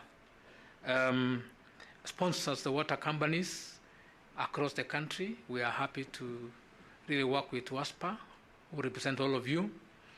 And we know you are all tuned in today to really receive your report of your schemes, which we have tried our best to manage on your behalf. We are very proud of our service providers because they are always giving us the best, even in times of challenges. We want to appeal to our large sponsors like Nairobi County, Mombasa County, and then Nairobi Water and Sewerage Company to do their best to really engage with our trustees and ourselves to actually try to resolve the huge unremitted contributions which have been mentioned here by our actuary, which we believe if we receive that and invest it, the members will be happy when they retire. We are, of course, making all efforts to collect that, and success has been realized here and there, but we are hoping that we will do more in the 2020 and 2021. Going forward, we have a number of activities, things which have happened in the course of the 2019. We were able to realize a huge growth in our membership of the county pension fund, and the scheme is now the largest within the county government sector. I know we do have our sister fund, LAP Fund, and we also have the LAP Trust, both which are close to new members. So County Pension Fund presents where the future of county government's pension arrangement is moving towards. The individual pension fund has also grown in leaps and bounds, and we want to encourage Kenyans to really consider saving. In fact, what we actually are able to say is that amongst the people who are able to survive a bit comfortably during this time of COVID-19 are members of our pension funds, because they are earning something even if they're not working. Most of our Kenyans are not able to earn anything because there's no work to do, jobs are being lost. But the pensioners who made that wise decision early in their lives, and the employers who facilitated that, are able to survive by getting something from us. And that one we determined to make sure they continue receiving. We will always be sending their pensions to them by the 20th of every month without fail, and we hope the systems will allow us to do that. We have been able to implement full paperless transition. The COVID-19 experience has actually not interfered with the operations of CPF group schemes. All our staff basically are working from home. We were actually able to test the systems, and we completely, for one day, we totally ran our office from outside, wherever people were. That is the beauty of being an innovative organization. None of our members has been cut off in any way. They can communicate. They're always able to communicate with us using their phone and any other systems which technology has allowed us to have. We are, of course, experiencing challenges a little here in terms of investment, particularly in the property area, because the properties we have, we are landlords, and many tenants are having challenges to pay their rent. What we have done is to talk with them so that we don't lose them. We may have, possibly in 2020, we may experience about 30% drop in income from properties because we have had to concession to them so that they don't leave. Because if they leave, we'll have vacant offices, vacant properties, and we shall have more losses. So we have done the same as we engage with our fund managers to ensure that on the other areas of investment, we have nothing to worry about. We encourage our members who are people who like to keep their faith strong by not getting involved in haram or things which Sharia law does not permit.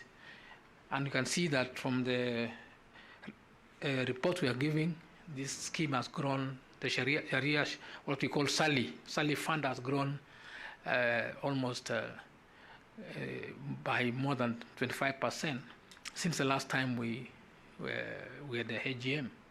And this means that many people are realizing that it's actually possible to still make money, make profits, grow your fund, and still keep your faith.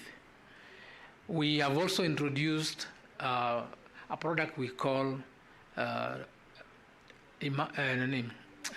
trust fund. A trust fund which we manage for those beneficiaries, some who may have passed on and their families are not able to take care of the young children. We manage the funds based on their own wish under this trust fund. And we have decided to keep that fund again in the same structure as a normal pension fund, even though there's no requirement for it to be maintained as that. So we have appointed trustees for it. We have also appointed a fund manager and also custodian and also auditor for that. So the members are quite happy with taking care of their school fees for their children and also taking care of some of the disabled people who form beneficiaries of our schemes. So these are some of the activities we have done in 2019, and we want to report to our members that we continue to value them. We will try our best to ensure that they get the best and keep the institution or their schemes up to date in everything. Now, there are a number of changes which the law brought in 2019, and I think possibly the regulator will be talking about some of this. But it's important to mention what some of these have impacted on the members. I know most of our members have been seeing from the reports I'm receiving on my phone and questions. One of the major, I think, question of members are having, Carol, and you'll have to deal with it, is the worry about this taxation. The members are really worried about if their pension is going to be taxed after they have retired. I want to tell members that possibly we might survive this one, because on our appeal to the parliamentarians, they seem to have listened, and they may actually not permit their pension to be taxed at 65 as we had worried. We have also implemented the governance principles which have been brought on board by the Retirement Benefits Authority, and that's why you find that we felt compelled that we must do everything, hold our board meetings on time, even if, and I want to say that we have been having all our usual board meetings without any failure by the trustees, the company itself, as well as now the AGM. And this is because of our belief in good corporate governance. The second issue we have done is to ensure that we keep our members informed at all times, and this has really been a very successful model we have adopted. I think one of the first pension funds in Kenya to publish in the media the books of accounts for the scheme since the year 2007. So I think we believe that this is a good example to set for all the pension funds to be transparent and let their members know and other people, stakeholders, to know what's going on. We are happy that we participated and indeed worked with the government as well as the Retirement Benefits Authority to unlock at least up to maybe 40% of the pension savings to be used by our members when they are still in service to acquire homes. We prefer to define this particular benefit as a pre-retirement home ownership, home benefit, because most of our members tell us that they will always use their pension at the end to actually build a home. So if we assist them to have a home now, they will not need to use their pension when they have reached retirement to do that. So this is something which we want to applaud the government for permitting this to happen. I know there is a worry among the financial sector players that there might be a reduction as an impact on the money available in the financial market, but that's not true. We believe this is an incentive, very strong incentive, to encourage every Kenyan to actually put money in a pension fund, which then will mean there's a bigger cake to be shared between the players who are in the financial sector as well as the members themselves. We are set, possibly, hopefully by the end of the year, this year, to announce our first establishment of a post-medical retirement fund for our deceased members. We are an advanced stage of establishing that, and we shall be informing members when they can now begin to increase their contributions towards saving for the post-retirement medical for themselves. I think with those remarks, I would like to say that we are happy to have all of you here, and we are happy to participate. And in fact, this we consider to be the new normal for us. Having a virtual AGM and being the first trailblazers in this country, we believe that this is the way to go. I want to report to even the regulator that by doing this meeting the way we are doing today, with the help of KBC, we have cut the cost of an AGM by half. And we haven't got more members watching and participating in the meetings. If you see the number of questions and comments coming through our social media here, it tells you that people are very comfortable with this system. And I was surprised that some of the questions are coming from my pensioners who are older than 60, 70 years, and they are sending SMSs to me, sending WhatsApps to all of us here. So there are more questions, there are more interaction, and I think this is something which should be internalized by Kenyans and all of us. I think so. Yeah, very good. So with those remarks, I want to say thank you very much, and I will finish there. Asante. Let's all appreciate the MD. Let's appreciate Anawase Akili. Thank you very much. That was the presentation of the administrator's report by the Group Managing Director. Now, thank you so much again. We want to move to the next item, and that is we'll get the remarks from the scheme's stakeholders. That is County Pension Association. We have Ezra Ngonje. That is the chairman. Chairman Ezra Ngonje, and we will get the live. Board of Trustees. I'm Mr. Ezra Ngonje, the chairman of Lab Trust Association. I'm thanking the Board of Trustees for giving us our pension regularly by 24th of every month. I'm appealing to them as well to see that they reconsider giving us our increment long overdue. I'm appealing to the government as well that the dissolution of Lab Trust will harm many of us, because even those people who have retired, they do not know their fate. Even the money which was retained by the former county council and the present county government is not, we are not told how they are going to be collected. And therefore, we are appealing to the government not to dissolve our Lab Trust. There is taxation which was done during the budget day. I'm requesting the government to reconsider that, because during the time we were in service, our salaries were taxed.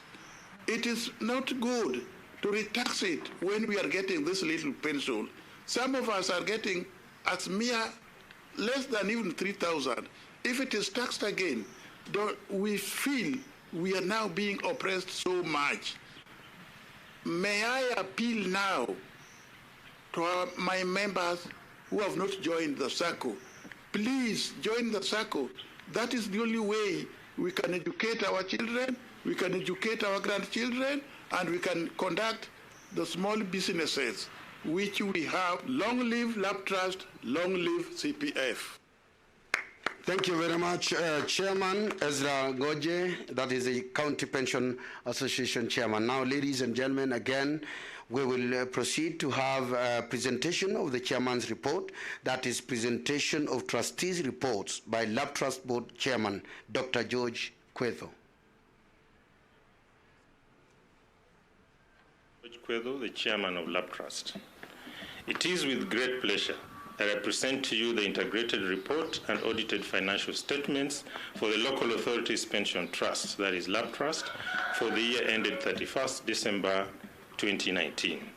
The Board of Trustees for the Lab Trust Defined Benefit Scheme continues to oversee the fund activities and performance in keeping to its mandate duty to the members. The Board aims at ensuring optimum returns on investment and prudence in administration and management of the fund. It is important to remain cognizant of the fact that Lab Trust Defined Benefit Scheme remains a closed scheme. To this end, the scheme has not admitted new members since June 2011, and as such is expected to continue serving the existing members until the last member retires and their pension is paid out to the last beneficiary. In the year under review, the scheme's value as at the 31st of December 2019 was 33.1 billion, from 30.5 billion as at the 31st December 2018, representing a growth of 8.5%. The increase in net assets for the year was 2.6 billion.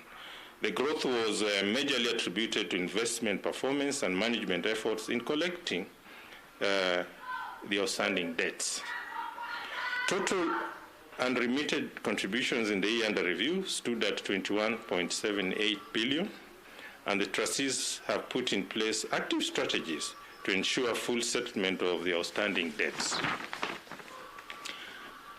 In accordance to the RBA regulations, an actuarial valuation was conducted and the report completed and released in April 2020. The valuation does not capture the unpaid debt by employers, amounting to 21.78 billion. The scheme funding as a valuation stands at 78%. To improve the position, the trustees are aggressively pursuing the county governments and those water companies owing them so that the amount is settled. If this is realized, Lab Trust DP scheme will be more than 100% funded, on the basis of which the augmentation of the benefits will be reviewed by the trustees. In consideration of the impact of inflation to the pensioners, since the last increase was way back in 2015, trustees have approved a one-off pension increase to a maximum of 3%, with a minimum pension of 5,000 Kenya shillings for the principal pensioner, with effect from 1st July 2020. This will therefore be implemented in July 2020 payroll. In the year under review, the scheme celebrated its 90 years anniversary on Monday, 3rd June 2019 at the Charter Hall, that is City Hall. The occasion served as an opportunity to engage the scheme's members and the key stakeholders, and highlighting the finding of the study that was carried out by Infotrack Research and Consulting on behalf of the scheme. The study actually established that fewer Kenyans are saving for retirement, deepening the post-employment time bomb. The trust takes compliance with the laws and regulations very seriously. The trust is primarily regulated by the Retirement Benefit Authority and equally complies with regulations of other authorities, including the Kenya Revenue Authority and the Unclaimed Financial Assets Authority. During the year under review, the trust remained fully compliant with the various laws and regulations. And the trustees have ensured that they continuously monitor compliance. The trust was also successfully audited by the Unclaimed Financial Assets Authority and found to be fully compliant. The trust undertakes to remain compliant with the various regulators in future. The remuneration of the trustees for the financial year ended 31st, 2019 is detailed on the page 69 of the annual report. And on behalf of the board, I take this opportunity to thank our esteemed members, beneficiaries and pensioners to whom we owe the privilege to serve. I also extend on behalf of the board my appreciation to the scheme's operators, and they include the county governments, the water companies and associated organizations. In the same vein, I also extend my gratitude to the industry regulator, that is the Retirement Benefit Authority, for continuously steering the industry to excellence for the greater good for the members. The scheme remains steadfast in its commitment to deliver value for all stakeholders.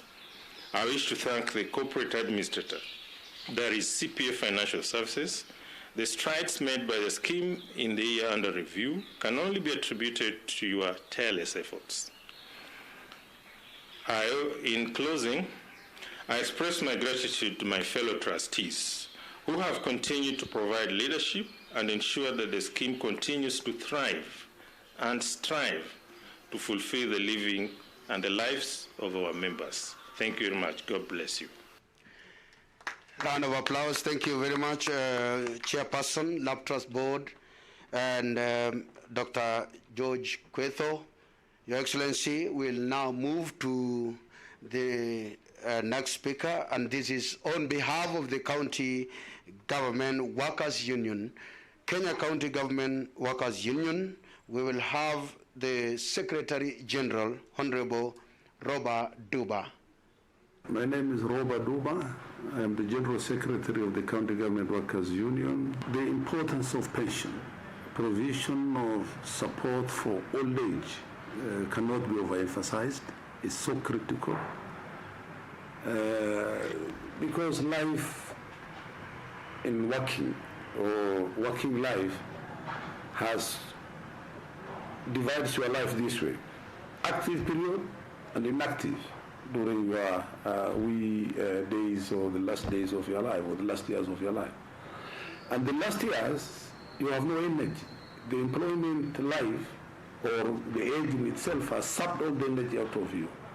And if you have no support at that age, then it becomes meaningless even all the years you have worked. So the provision of retirement benefits in any form or in all its form, be it monthly pension and other forms of annuities, or provident fund, broadly direct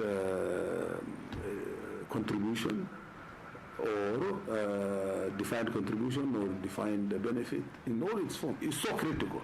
Pension terminal use is the undertaking of an employer. But all the pension scheme all over the country, depending on the sector, is all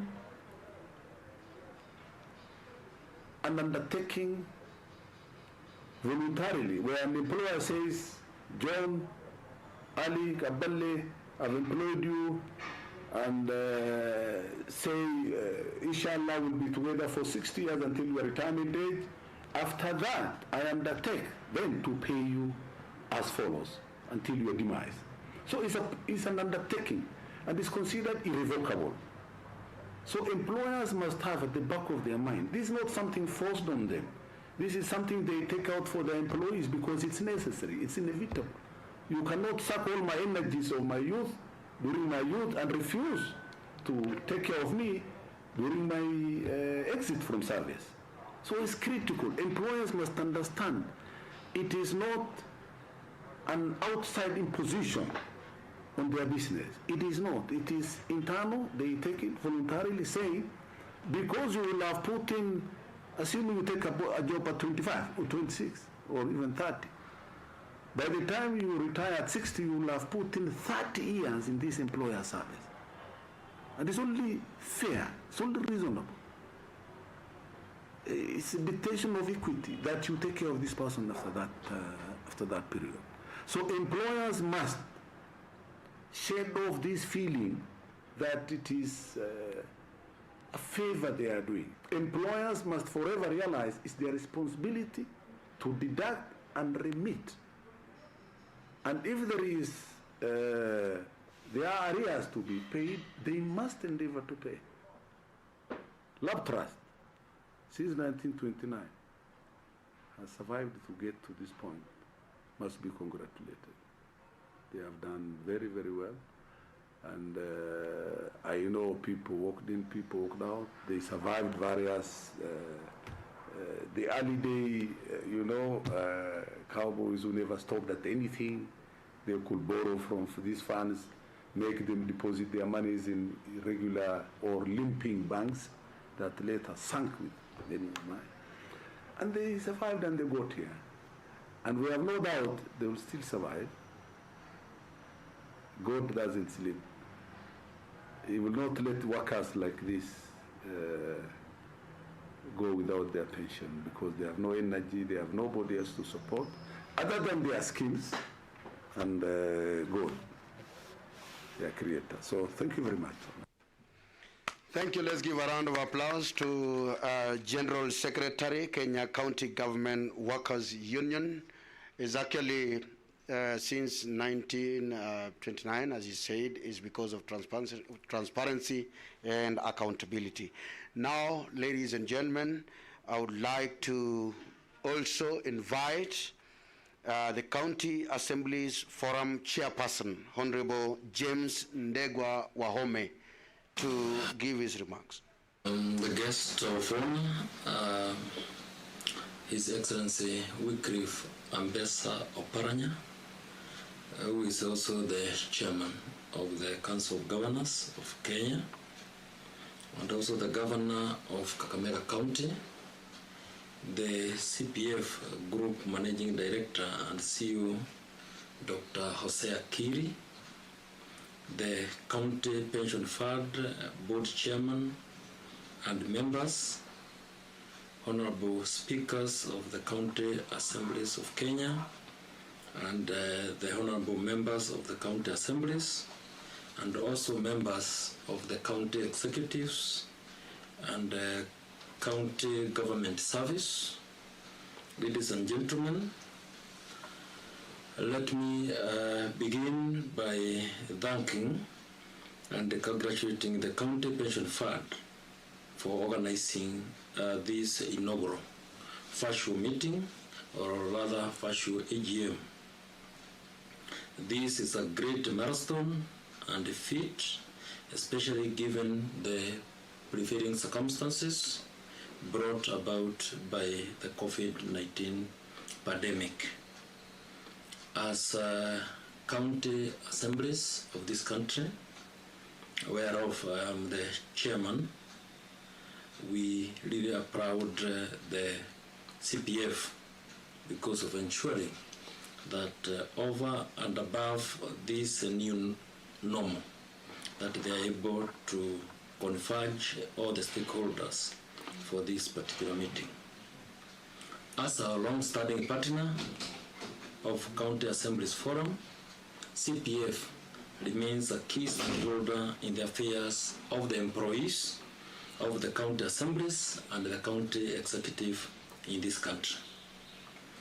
All the 47 county assemblies have subscribed to the pension funds scheme through either of the three schemes, which is as follows. Lab Trust DB scheme, where 35 of our 47 county assemblies, mostly through employees who transitioned from the local authorities, are registered. Then we have the county pension fund, where 43 of the 47 county assemblies are also registered. And finally, the county pension fund, which offers an option for additional individual savings through the individual pension plan, in which we have 41 county assemblies subscribing to this particular product. In the overall, you'll find that all the 47 county assemblies, in one way or another, they do subscribe to the services and products of the CPF. I can confirm that in the hands of CPF, our members who are drawn from the County Assemblies Forum are assured of a secure future. We have witnessed those who have served before us get their payments in a very timely manner. And we really congratulate, thank and applaud the CPF for this professional and ethical standards, and wherein we have no doubt they are trailblazers in this particular area. And in closing, I wish to once more thank CPF for the support they have accorded the County Assemblies Forum, and we are looking forward to more areas of collaboration and cooperation. In particular, we are grateful that indeed you have stood with the county assemblies during this COVID-19 pandemic, having donated 470 liters of hand washing soap and 470 liters of sanitizer to each of the 47 county assemblies. I wish all our members and the general membership of the scheme well as they participate in this AGM remotely. Thank you and God bless you. Let's give a round of applause to Honorable James Ndegwa Wahome, that is the chairperson of CAF, County Assembly Forum. Now, Your Excellency, allow me to welcome Caroline Wanjala Wabwire to give us the remarks by the scheme's regulator, that is Retirement Benefit Authority. So, Caroline, please, before you give us your remarks, allow us to sanitize so that you're safe, still keeping by the norm of proper sanitizing and social distance. Thank you so much. Karibu sana. Welcome.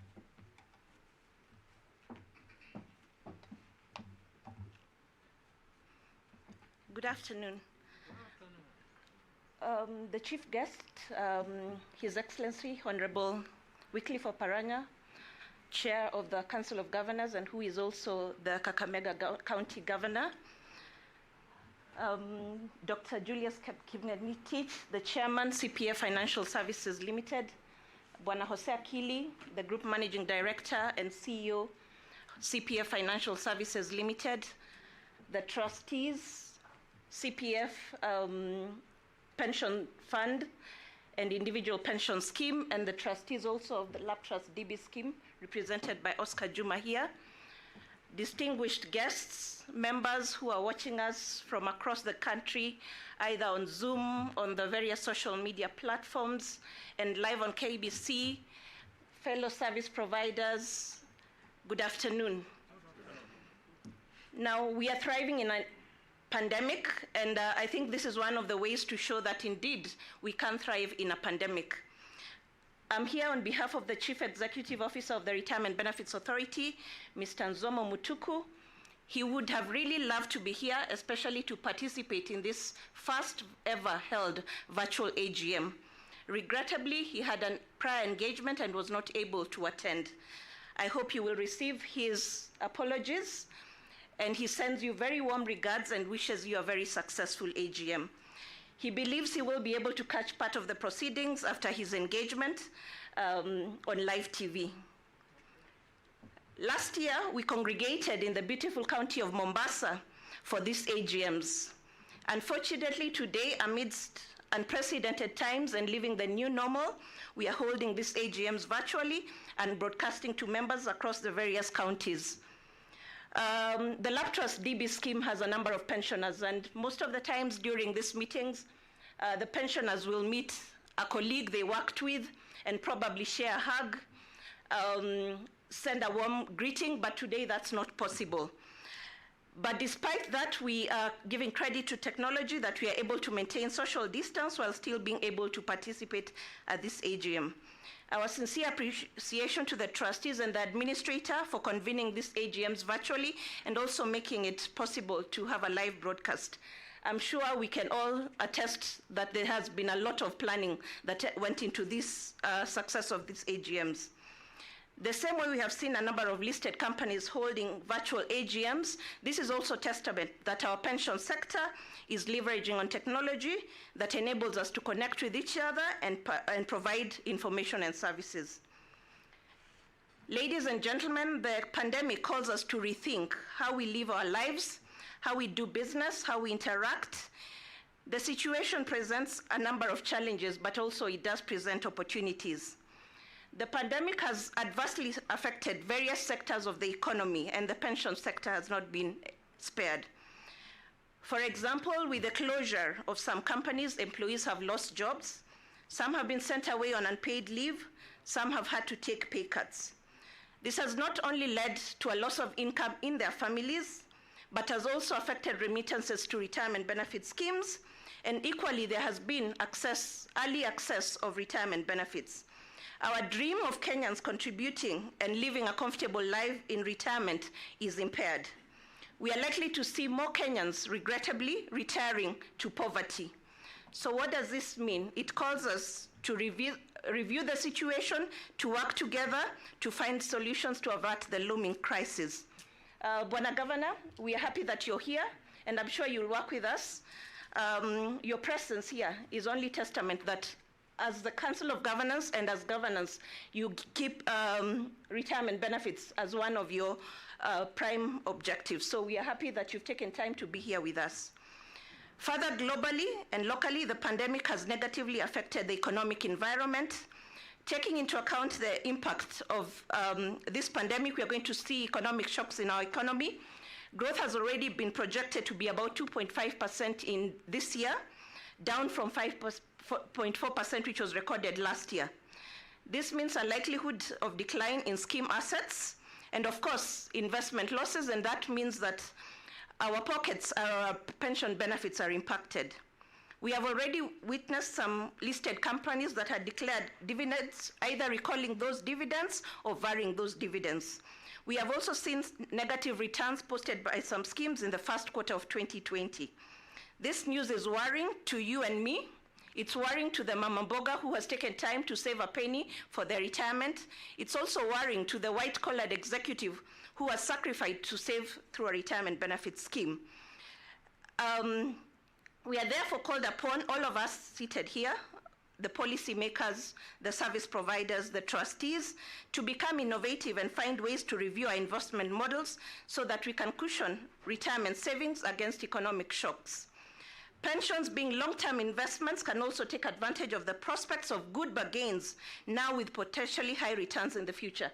I'm sure our fund managers are doing that. Despite the fact that members are very cautious and would ask many questions, I'm sure you will have good answers and you will take advantage of those opportunities.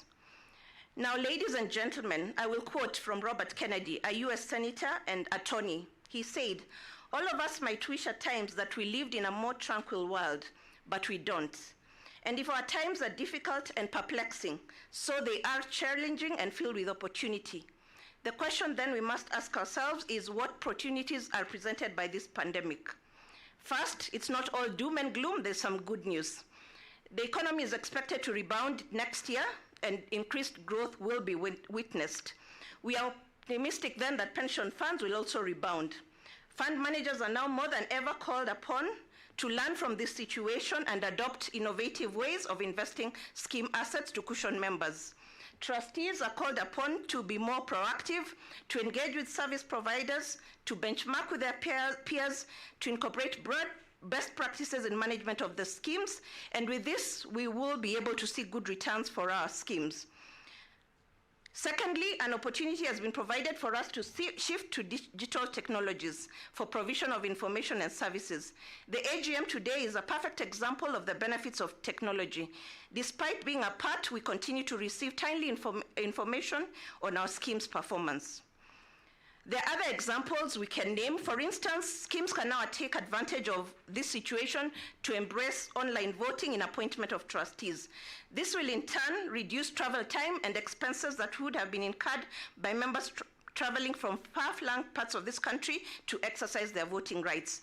I think Mr. Kili has already told us that at this AGM, they've saved quite a number of expenses that they would have incurred in planning a physical meeting.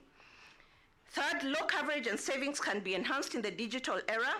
It is estimated that about 62% of Kenyans, translating to about 30 million, own a mobile phone. This as compared to only 3.2 million saving for retirement. By leveraging on technology and at the click of the button, Kenyans should be very able to open a digital pension savings account, make savings, review the progress of their savings, get statements, and ultimately withdraw their savings at the right time. This is not only a simple, convenient, flexible way to save for retirement at one's comfort, but also wherever they may be, and it's also cost-effective. We are pleased to note that a number of players in the industry, including CPF Financial Services with their M-Pension, have already embraced these digital savings products. Lastly, as we assess the pandemic on our operations, we are also called to include the effects of COVID and any other unforeseen pandemics in our future business plans and projections. We are called upon to rethink our business continuity plans and their robustness. Ladies and gentlemen, it's not all gloom, as I've said. Amidst this crisis occasioned by the pandemic, we received very good news as a regulator. The Kenyan pension system was ranked the second best in Africa and 55th globally, according to the Alliance Global Pension Report of 2020. This means our various efforts to put in place solid structures to ensure a stable sector and progressive investment guidelines have actually yielded fruit. Let me now take a sneak peek into what has been happening in the pension sector. Just like your schemes have reported tremendous growth, the pension sector has also continued to witness growth over the years. As at 31st December of last year, the industry held assets worth 1.29 trillion, invested in different categories. Of course, government securities still continue to wield the highest at about 42% of the investments. This is a very impressive growth from 100 billion, which was being reported in 2001. Again, we saw something different as compared to 2018 when schemes had not ventured into private equity. The year saw a record of about 0.1% of the funds invested in these alternative asset classes. The overall enrollment in retirement benefit schemes stood at 3.2 million, which is about 22% of the labor force. A very low figure, and hence the need to ensure that more Kenyans are encouraged to join retirement benefit schemes. And we call upon you to be our ambassadors, to tell your kin, your children, your brothers and sisters that it's important that they start thinking about saving for retirement. In our current strategic plan, we have committed to expanding coverage, mainly through reaching out to the informal sector, who remain largely uncovered.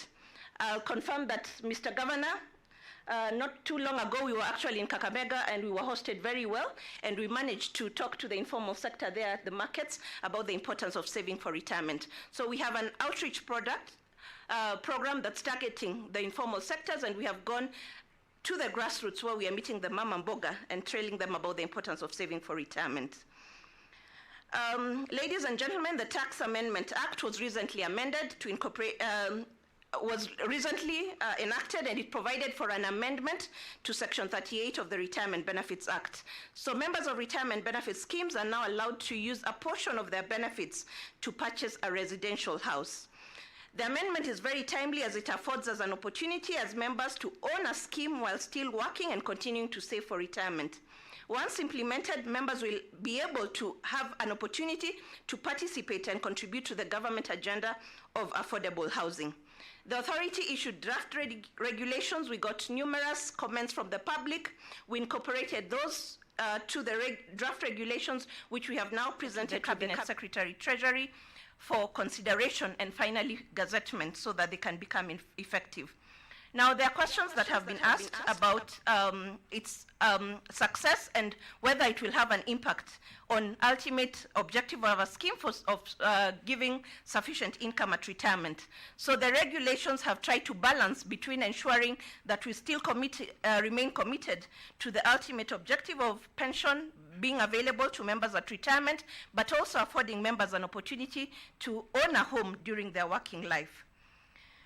I cannot close my remarks without mentioning the status of the retirement benefit schemes that we are here today courtesy of. We are happy to report that the three schemes, namely Lab Trust, the DB scheme, the County Pension Fund, the DC scheme, and CPF individual scheme remain largely compliant with the provisions of the Act and the regulations.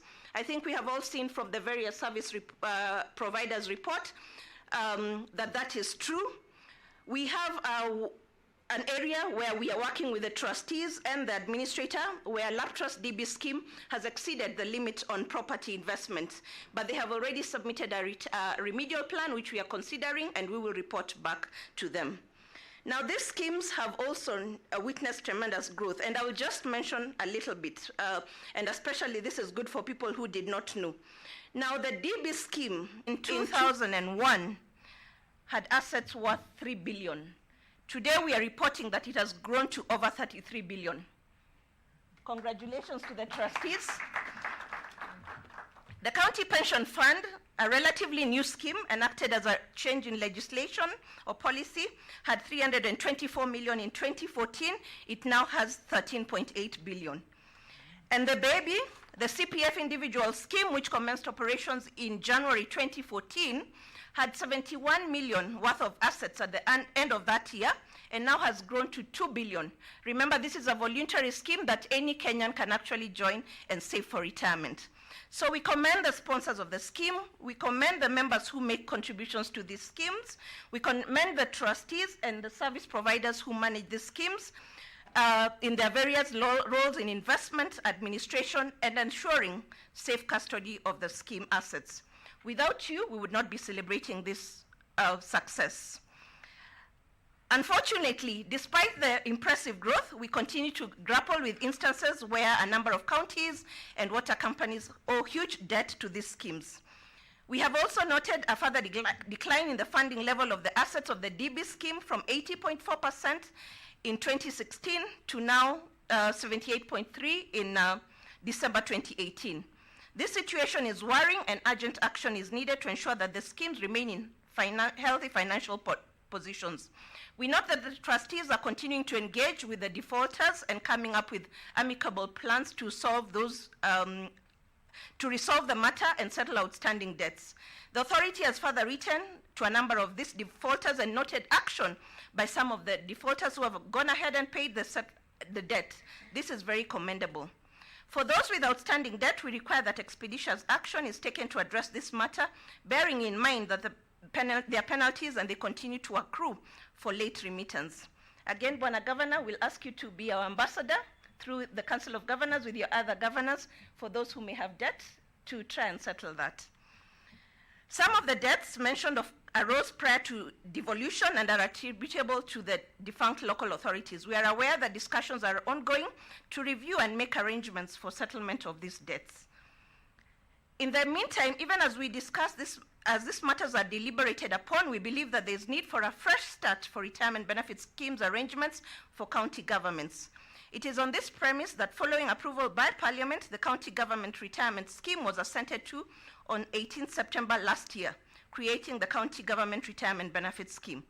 Subsequently, there have been several petitions filed in court challenging the new law and hampering its operationalization. The authority believes that this news is timely and affords counties a harmonized legal framework for management of pension for the county governments and its affiliates. In this regard, and as mentioned by the Cabinet Secretary Treasury in his budget statement, we recommend and urge that all work together to resolve this matter and ensure that county government employees have a scheme that safeguards members' pensions. In conclusion, this is a defining moment in our country's history. I believe that the overall success of the retirement benefits sector depends on our ability to work together, to be creative, to be innovative, and to provide solutions. The COVID pandemic has brought us challenges, but there are also very good lessons that we can learn from it. From the lessons learned, let us continue to collaborate for the ultimate success of the sector. As the Retirement Benefits Authority, we promise to always be there for you, to offer guidance wherever we are called upon, and to offer our regulatory support. Asanteni sana, God bless you, and keep safe. Thank you very much, Caroline. Thank you, Caroline, on behalf of Retirement Benefit Authority. And thank you so much also for giving us, lighting a candle of hope. Again, after the pandemic, then we will bounce back to the same track that we were, even better. And thank you so much for also putting a lot of energy, and thanking also the CPF for compliance. Asante sana. Now, allow me, ladies and gentlemen, to humbly request Bwana MD to take his spot now to welcome our chief guest. Please, Bwana MD, karibu sana. Yeah. Thank you very much, MC, and thank you, Caro, for those good report about our schemes. We know we live in very challenging environment. We have legacy issues with our former local authorities. I can assure you the county governments are really trying to change some of those things. They inherit a lot of problems, but we are sure that working together, we will get the solution to this debt problem. Now, before I ask the chief guest to stand and speak to us, I want to mention something which I had mentioned yesterday at KPC Studios. I did say that we have a special announcement to our pensioners at this difficult time of COVID. Our trustees, after looking at our financial position of lab trusts and getting the advice of the actuary, have approved for our pensioners who are in active reception of pension, a small, modest increase, but it's coming at such a time when the COVID is here. It is something to be happy about.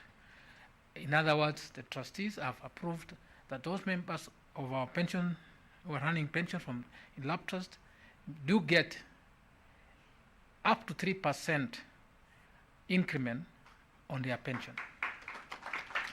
And I hope my good friend Ngoje, who is the chairman of County Pension Association, will be able to be happy for the first time. He has been on my case for some time. We have also done something which is unique. In other words, we have brought the lowest earning pensioner to a minimum of 5,000 Kenya shillings per month. So I'm happy to say that at least we are paying quite double what the government is giving on Inua Chami to our pensioners. And those ones who are earning the lowest amounts are actually those people who retired more than 30 years ago, when salaries were very low. So really, it's something that these people are still alive.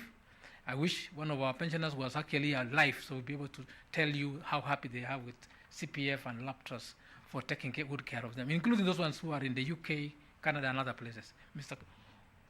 Chief Guest, welcome finally. Okay. Thank you for coming.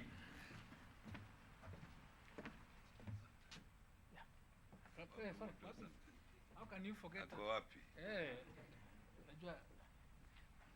Everything from the top to the bottom.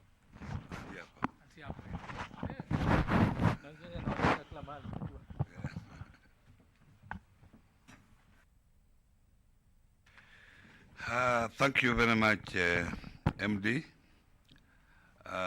All protocol observed, because I'm not aware of those people who are hooked in this meeting. I should be safe if I say all protocol observed.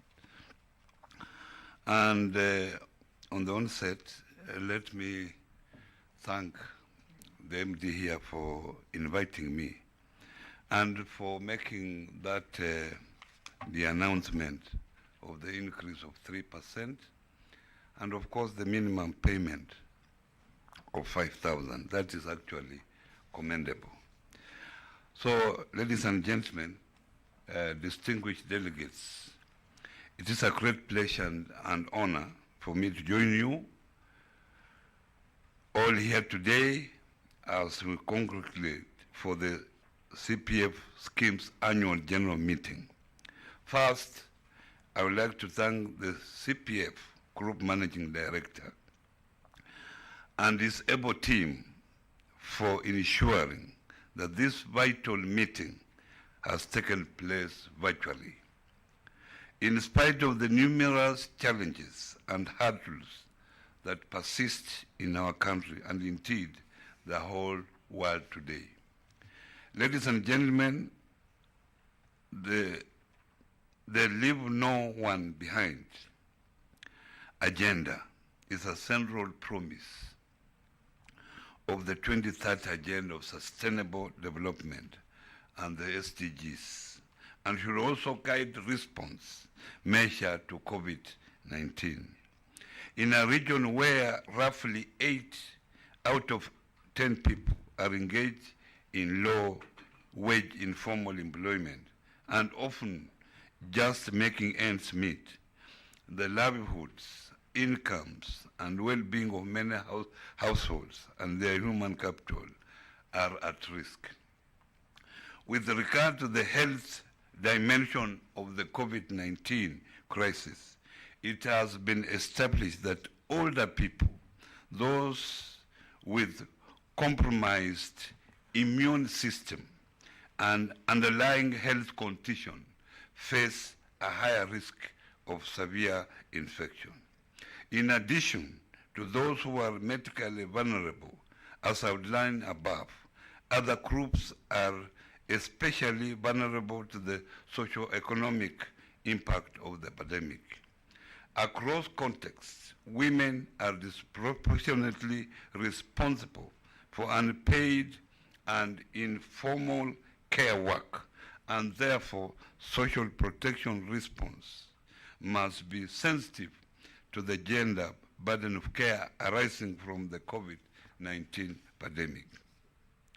Beyond protecting people from occupational risks, securing their retirement, and cushioning members against the short and long-term economic and health impact of the pandemic, pension funds can be leveraged to adequately protect individuals, households, and businesses from the adverse social economic repercussions of the crisis. To this end, the Council of Governors is keen to engage stakeholders to put in place legislation and measures geared towards expanding coverage for our people to help cushion them during times such as these. Ladies and gentlemen, I wish to acknowledge that the industry has and continues to make great strides. This is best demonstrated by the fact that the industry's assets have exceeded the Kenya shillings 1 trillion mark, and coverage has surpassed the 20% of the labor force mark. Additionally, social protection programs in Kenya are among the most successful development initiatives in the country. Currently, social assistance programs, mainly in the form of cash transfers, are reaching more than 1.3 million needy households nationwide. The introduction and implementation of the Big Four agenda has complemented ongoing efforts to address poverty and vulnerable in the country. These are indeed commendable achievements, and I am also clarified to note that the industry has taken an active and important role in helping the government actualize its Big Four agenda. However, a lot of scope remains for further development, and it is worth noting that the Retirement Benefits Authority, RBA, under the auspices of the National Treasury, is actively involved in a number of exciting collaborative industry initiatives, such as working on the draft National Retirement Benefits Policy, whose objectives is to prepare an overarching policy on retirement benefits. The policy will seek to provide adequate, affordable, and sustainable retirement benefits to Kenyans through a robust pension scheme. This is a timely endeavor, given that effective social security policies can contribute to improving the environment for economic growth in Kenya. As the government seeks to support institutions to prosper and better the nation's economic standing, it is only fair that institutions support the government in achieving its set objectives. I wish to therefore thank CPF for not only supporting the Big Four agenda, but also the lead role they have taken in shaping the industry. I'm particularly impressed by the proposal put forth by CPF to ensure social protection for all Kenyans by way of mandatory pension contribution. This innovative approach to social security heralds a new dawn for our country and signals a gigantic step towards creating sustainable financing of social protection programs in Kenya. It is more so important to ensure that the crafting of the uniform social security policy is done through a collaborative and consultative multi-stakeholders approach in order to ensure that the concerns of all stakeholders are taken into consideration. Ladies and gentlemen, part of the pressures of globalization means that countries must begin to develop and facilitate development through pooling local investments, and one of the best vehicles for that is through pension funds. As a result of this realization and the growing size of the retirement benefit funds in developed countries, the discussions on public policy in the financial services must now include retirement benefits more prominently. I therefore urge the trustees and members of CPF schemes to consider more projects geared towards helping the government solve some of the existing problems, even as they make fair returns for the scheme members.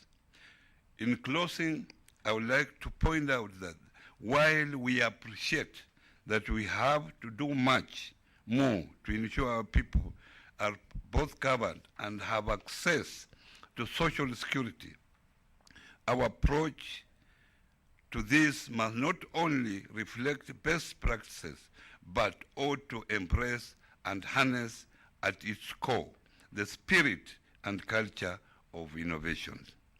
Only then shall we set ourselves apart and remain firmly on the road to prosperity. Most African countries, similar to other emerging economies, have adopted various social protection strategies and initiatives as one major way of addressing extreme poverty and the various risk factors that contribute to vulnerable and socio-economic exclusion of certain members of the society. Countries such as Lesotho, Zanzibar, South Africa, Namibia, Botswana, Rwanda, and Mauritius, among others, have gone even further to establish universal social protection funds for their citizens. And there is a rapid rising trend in the adoption and uptake of social protection. I would therefore like to challenge all leaders as policymakers to think broader and deeper about the matter of social protection for our citizens. The solution to the problems that government faces in providing for the vulnerable in society lie with you, the industry, and stakeholders. I can assure you that working together, we will generate, implement better ideas as we seek to bridge the gap between policy development and effective programs on the ground. The Council of Governors remain steadfast in supporting the schemes for the welfare of all members, both those in active employment and our esteemed pensioners. Thank you. Mungu ambariki.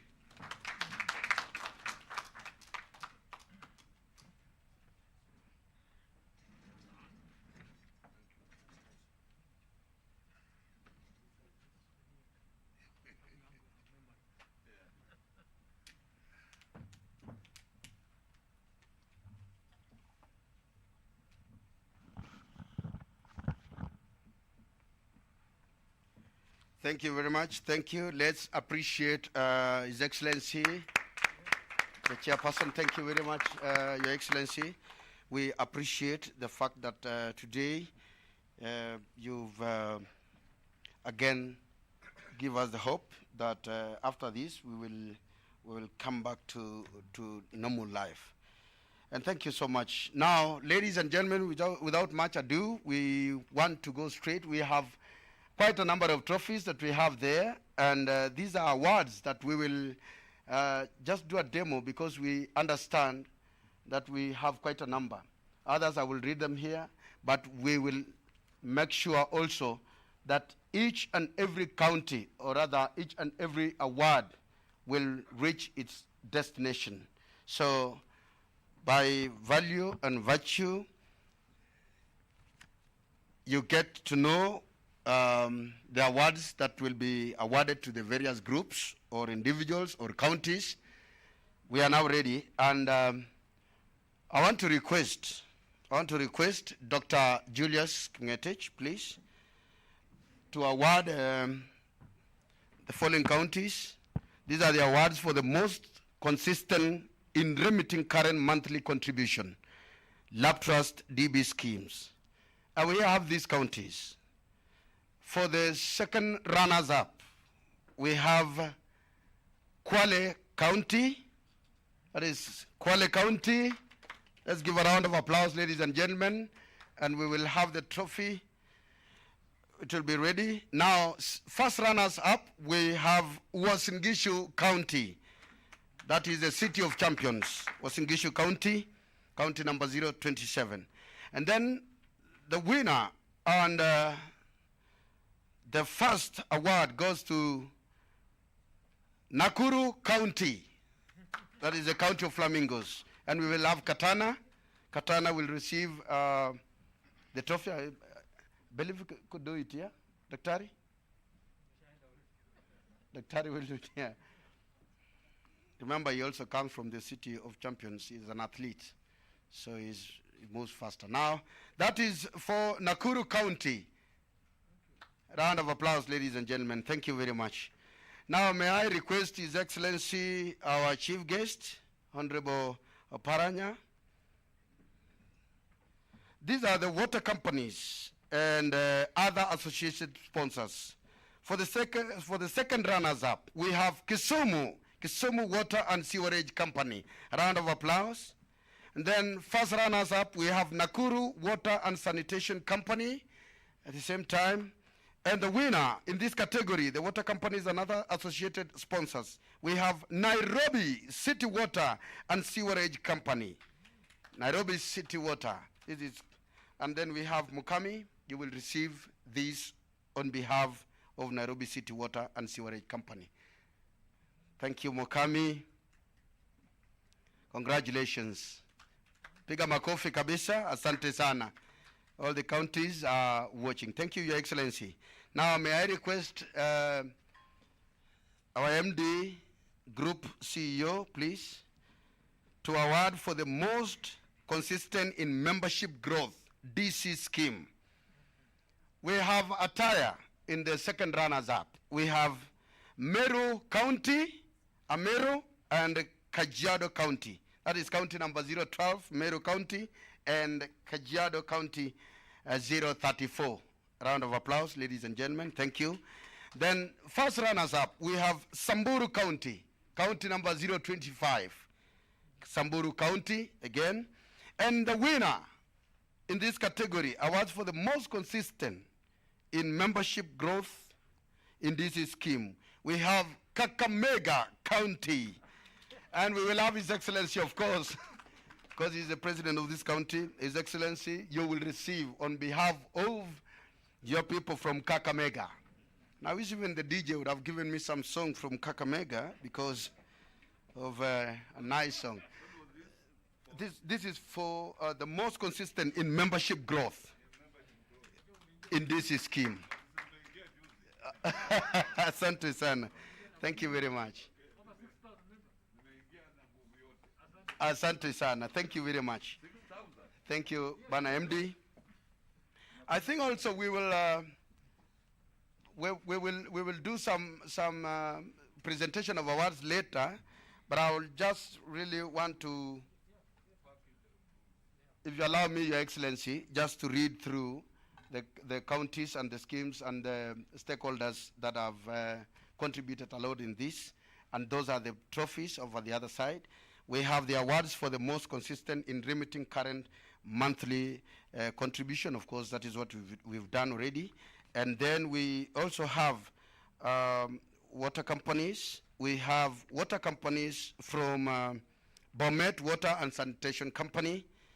We have Odhaya Water and Sanitation Company.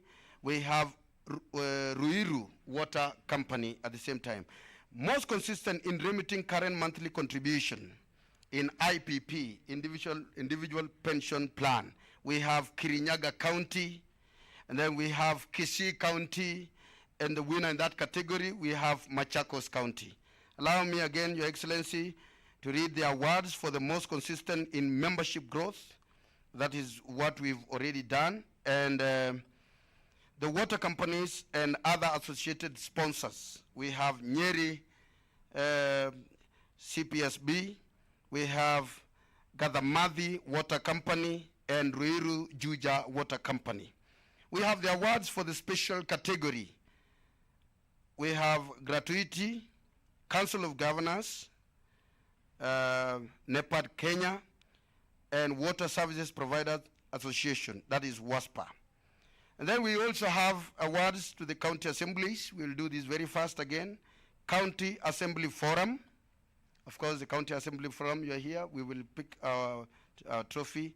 Bungoma County Assembly, Nyamira County Assembly, and Mombasa County Assembly. And at the same time, we have awards also for the sponsor of the year 2019. We have, again, Kakamega County Government. Your Excellency, Kakamega County Government, again, we will get to have the trophy. And ladies and gentlemen, I just wanted to save time on that because we still have the question and answer session that, and I think I'll request the MD, the group MD, you will go through this question. These are among the questions that we picked. And the questions are here already. We have Mugo Charles from Nairobi County Government, DB scheme. The question is, bearing in mind that we work until retirement, can CPF come up with a revolving fund to enable members borrow money at reasonable rates? And then he continues to say, also, we request that you do a something to enlighten and educate to those retiring to avoid early deaths. Another question again, Charles Nyatika from Tana River County Government, DC scheme. The question is one, why haven't I received my statements? That is one question. Secondly, I am very much aware that there has been wrangles between Lab Trust and Lab Fund. We will one by one. Now let me just finish this, and then I bet these are 3 questions. So I'm very much aware that there has been wrangles between Lab Trust and Lab Fund for a long period that we settled recently by the enactment of the county government retirement scheme. I have managed to go through the act, and I have noted that the act is a legal framework put in place to manage savings for pension with regard to employees in the county governments. With the enactment of this law, what is the way forward? Are our savings saved? How do you ensure smooth and seamless transfer to the new scheme? I think those are the questions you'll answer, Bwana MD. Yeah, thank you very much. Quickly, because we're running out of time.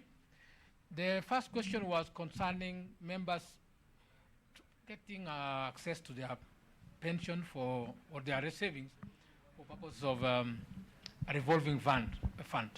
We want to say that members, we do not want to take the job of banks and SACCOs and others, but this seems to have been a major pressure from you, because we keep getting this question all the time.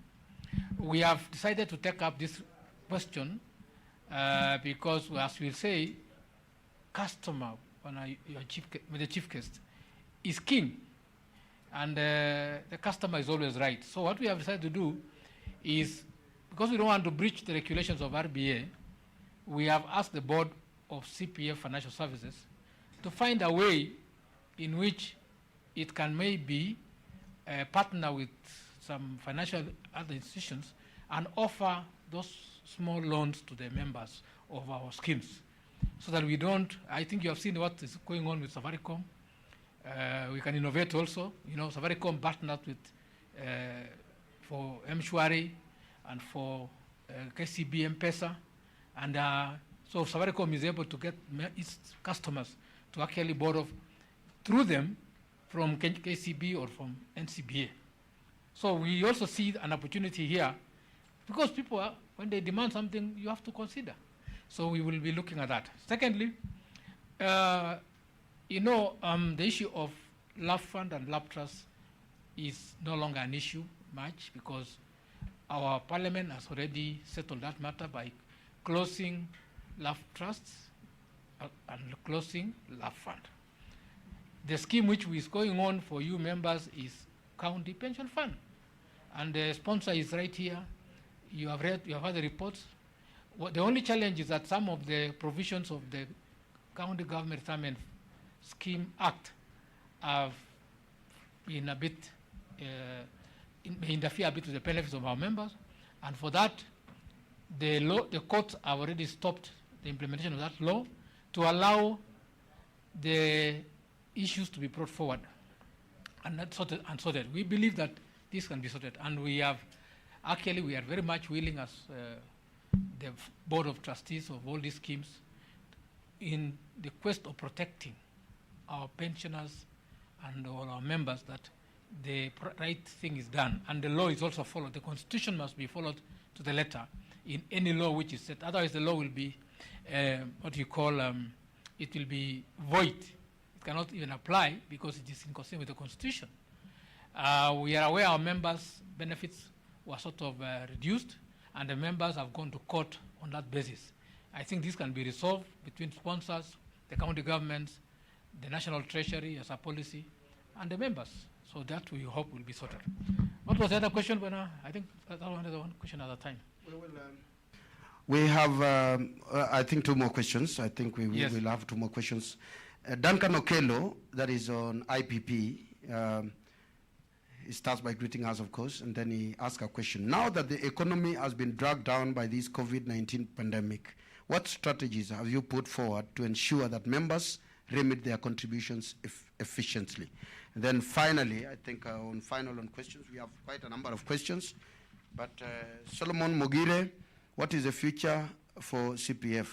Following, that is what he, following that repeal of the Pension Act by Parliament, after the 5 years transition expires, will the monthly pension continue for the pensioners, or it will be a lump sum for everyone? Those are the questions. Thank you very much. I think I've already answered that question in terms of, I think Lab Trust has been here for 90 years plus. The Lab Trust members, it's a closed scheme. We believe that the trust deed, which is a solemn promise by the sponsors, requires that this scheme runs until all members have been taken care of, including their beneficiaries.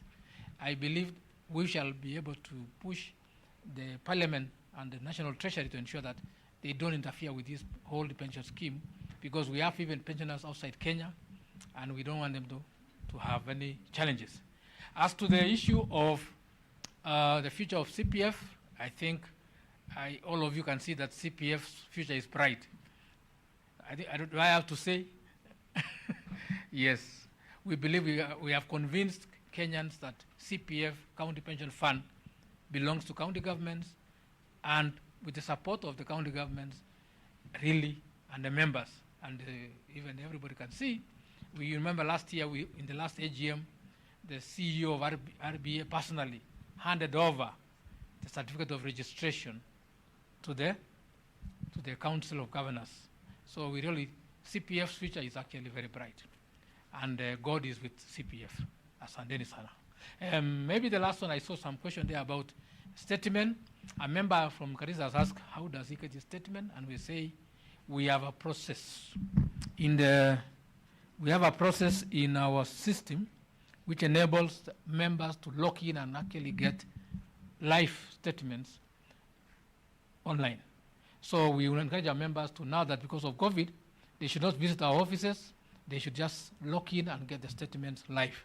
It is available anytime. It's no longer the one we are normally supposed to be given once a year. You can actually download it immediately anytime. And we want to thank the government of Kenya for facilitating wide technology coverage in this country. Yes. Maliza? Asante sana. Thank you. Let's give a round of applause to the MD for answering the few questions. I know there are quite a number of questions, but still, they will be answered accordingly. And I believe that we will also use the channels to answer each and every question. Finally, ladies and gentlemen, I want to welcome now on stage our Lab Trust trustee, John Oscar Juma, for the vote of thanks as we come to the conclusion of this AGM meeting. Welcome.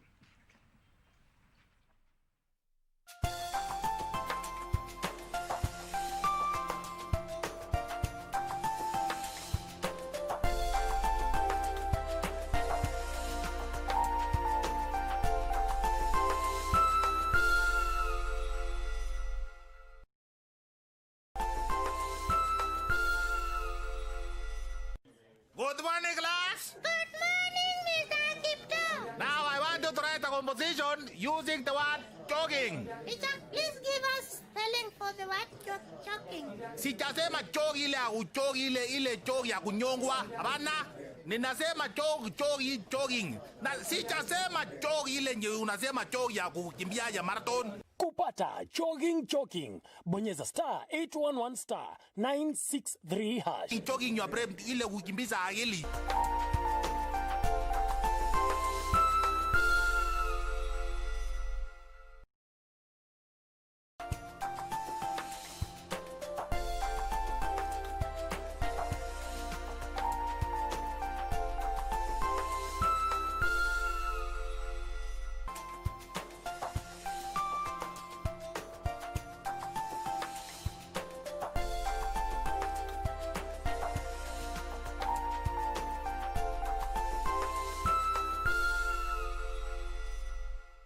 Next on. Ngoja niulize jamaa, nani hapa hivi amepimwa hivi majuzi?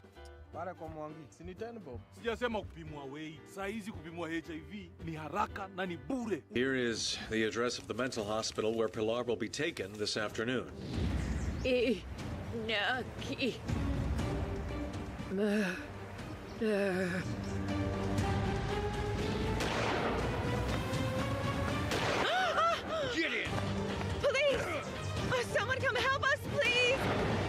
kuwa na HIV si eti ni mwisho. Wewe uko nayo? Mimi nilishapima. Afya bora, maisha bora. Jipime, jiinue. Miss, I've been asking about Flight 648 from Paris, but no one is saying anything. Is something wrong? A tragedy changed everything. It's the plane.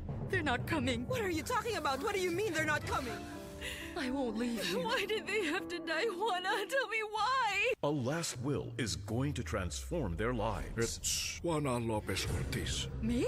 You have to get that woman out of here. Only heaven knows what kind of trick she used to get your father to leave her the insurance. And the person she least expected will come to her door.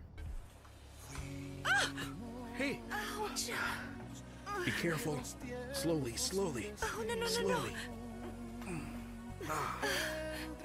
In love with Ramon.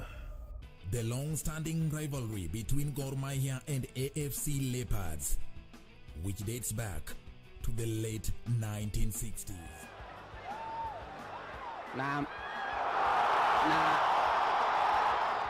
But this time, we fast forward to 1987 when the Mashemeji feud picked up in the final of the Moi Golden Cup. It's an encounter you can't afford to miss. From our archives, this Saturday at 5 p.m. only on KBC Channel 1 as we relive the golden days with our legends.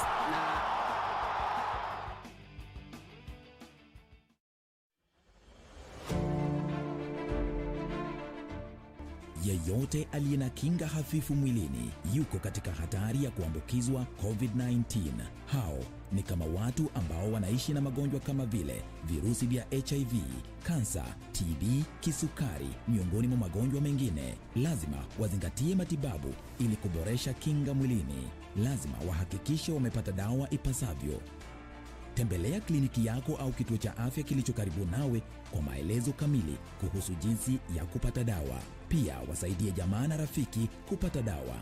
Dumisha mawasiliano nao na ufuate mwongozo wa kiafya kutoka kwa kituo cha afya ili kujikinga na virusi vya korona.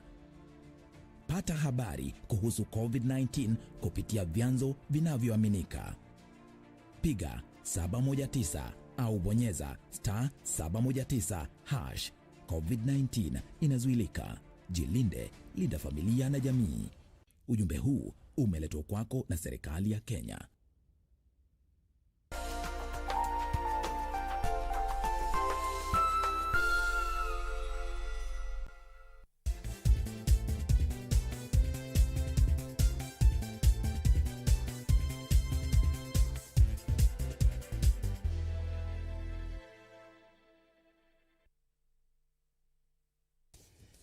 Good afternoon. Thank you very much for joining us for this edition of Channel 1 Lunchtime News. This afternoon, the Senate Select Committee investigating the impeachment of Kirinyaga Governor Anne Mumbi Waiguru will lay on the table of the Senate its report. The committee has been hearing the impeachment over the last couple of days, and that report will be laid on the table of the Senate. It is a proceeding that you will be able to watch live on KBC Channel 1, courtesy of PBU and the Kenya Broadcasting Corporation.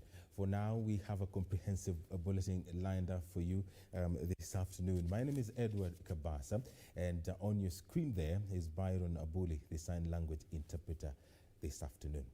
Northeastern Regional Commissioner Nicodemus Ndalana is calling on residents from Garissa County to collaborate with the police in efforts to enhance security in the area. The call follows increased cases of intercommunal conflict that has seen 11 people die in the past 9 months in Baya location.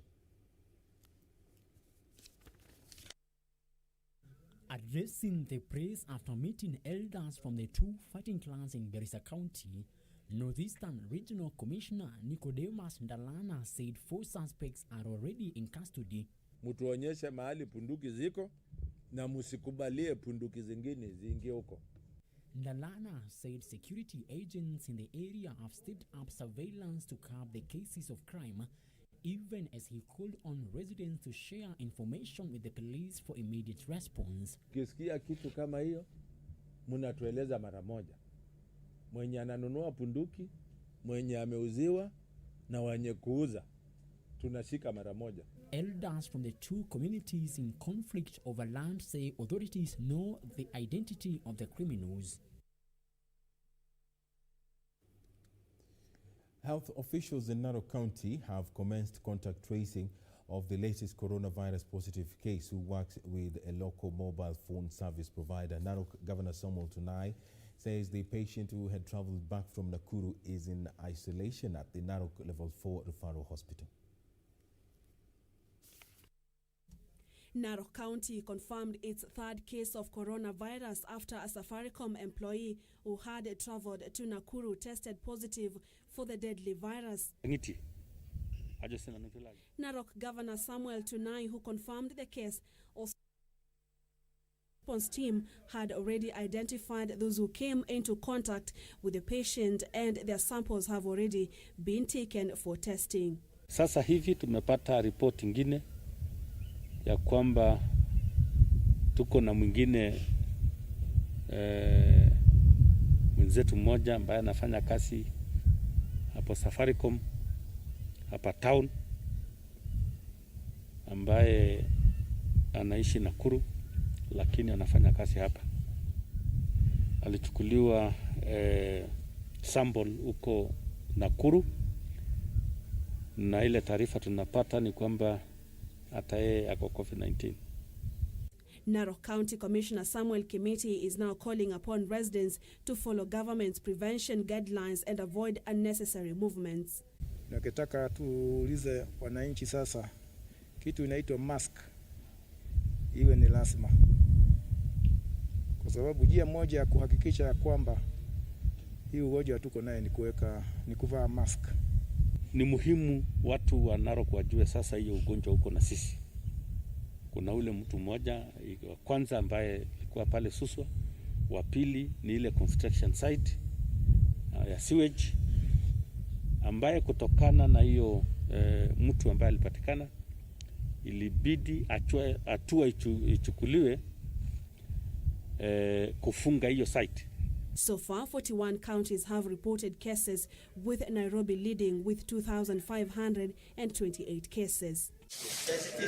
Elsewhere, Bomet County government has unveiled a fully equipped COVID-19 isolation and treatment facility at Koiwo Hospital in Konoin sub-county. Work qualifies as a center that can be used as an isolation center. So this facility, as it is, has a capacity of 24 beds, but we have space. We have around 95 beds for isolation in Bomet County. But we want to expand the number to 300. That is the minimum that we've been given by the Ministry of Health. President Uhuru Kenyatta had early this month directed all counties to have at least a 300-bed isolation center in readiness to deal with the surging number of COVID-19 cases in the country. Bomet County has one confirmed case of coronavirus. Purity Museo, Channel 1 News. The confirmed death toll from the new coronavirus has exceeded 480,000. World Health Organization warns governments against rolling back measures introduced to curb the spread of the pandemic. WHO cautions that lifting restrictions could lead to a deadly resurgence. Globally, over 9.6 million people have been infected by the deadly virus. As the new coronavirus spread across the world, an increasing number of countries imposed extraordinary curbs on movement and social contact in a bid to contain the spread of the disease and prevent healthcare systems from being overwhelmed. However, with economically crippling lockdowns extended in country after country, governments have been pressed to ease restrictions on key businesses and industries. With a vaccine at least a year away, the world faces an uphill battle, and the World Health Organization is warning against easing lockdown restrictions. First of all, the decision has to be based on the scientific committee. Normally, most of these countries have national task forces, they have the incident management system. There should be a risk assessment to see, over the last 2 weeks, has the trend of the COVID cases been going down? Has the number of hospitalizations been going down? has the number of deaths been going down. The second is the capacity to test and isolate cases. Because as countries ease these measures, if they can quickly test the cases they find, identify them quickly, isolate them, find the contacts, quarantine those contacts, then you get the pools of infection, the sources of infection from the community. And really, this is a multi-sectoral approach because you have to work with multiple stakeholders. All sectors have to be involved, and these guidelines are just kind of the technical public health measures that need to be taken into consideration. Brazil, India, and Indonesia are leading a group of middle and low-income economies that have begun to ease lockdowns despite rising coronavirus infection numbers as pressure grows to reopen businesses and curb rising poverty. The South African government, which introduced one of the continent's toughest lockdowns, has begun easing restrictions, with President Cyril Ramaphosa citing concerns they have been damaging the economy. Purity Museo, Channel 1 News. Back home, over 14,000 workers in the hospitality industry in Nakuru County are on the verge of losing their jobs due to the extended closure of bars and liquor outlets as part of measures to stop the spread of COVID-19. The workers say efforts to get medical certificates has proved futile due to lack of testing kits at the Rift Valley Provincial General Hospital. The effects of COVID-19 continue to be felt in different sectors of the economy. Workers in the hospitality industry are among those expressing fears of loss of livelihoods. According to the Bars, Hotels and Liquor Traders Association, traders in the sector are already grappling with losses running into millions of shillings due to the effects of the pandemic. We have a lot of problems with rents. The landlords are on our neck. We have loans. We are talking of restructuring a loan that has a cost on top of it. We're talking of losing very talented employees, and we are still paying our employees even when they're at home. The association's chief executive officer, Boniface Gashoka, is calling on the government to allow bar owners to operate on takeaway basis to save jobs and salvage stock worth millions of shillings in their stores.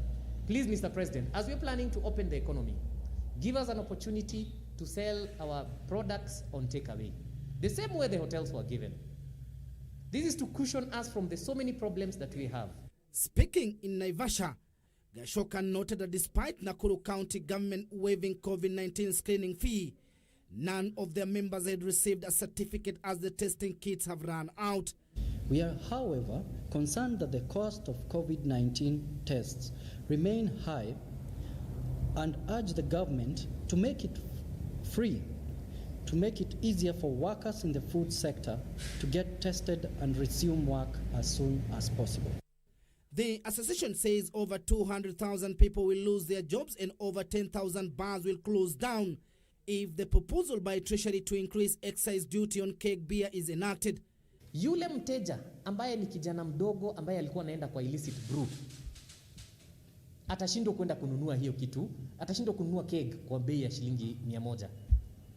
Gashoka says they made recommendations to Treasury on the effects of excise duty, but these have not been addressed in the budget proposals. Reporting for Channel 1 News, I'm Timothy Kepnoso. A charitable organization has enlisted shopkeepers in Kibra to help in a food distribution program for the needy. The initiative, being spearheaded by the Shining Hope for Communities organization SHOFCO, will see locals around Kachwekera, Lindi, Silanga, among other areas across Kibra access food from local shops for free. The organization's chief financial officer, Ed Gashuna, says over 5,200 people will benefit from the program that seeks to cushion the most vulnerable in these difficult times of the coronavirus. In Kibera, we've identified 8 shopkeepers. This is businesses that are thriving. These are people that we know very well, people that we've engaged with in our work in Kibera. These shopkeepers have agreed to have signed an agreement with us where they will provide those basic supplies to the members of the SHOFCO Urban Network. They've basically been operating using a food voucher system.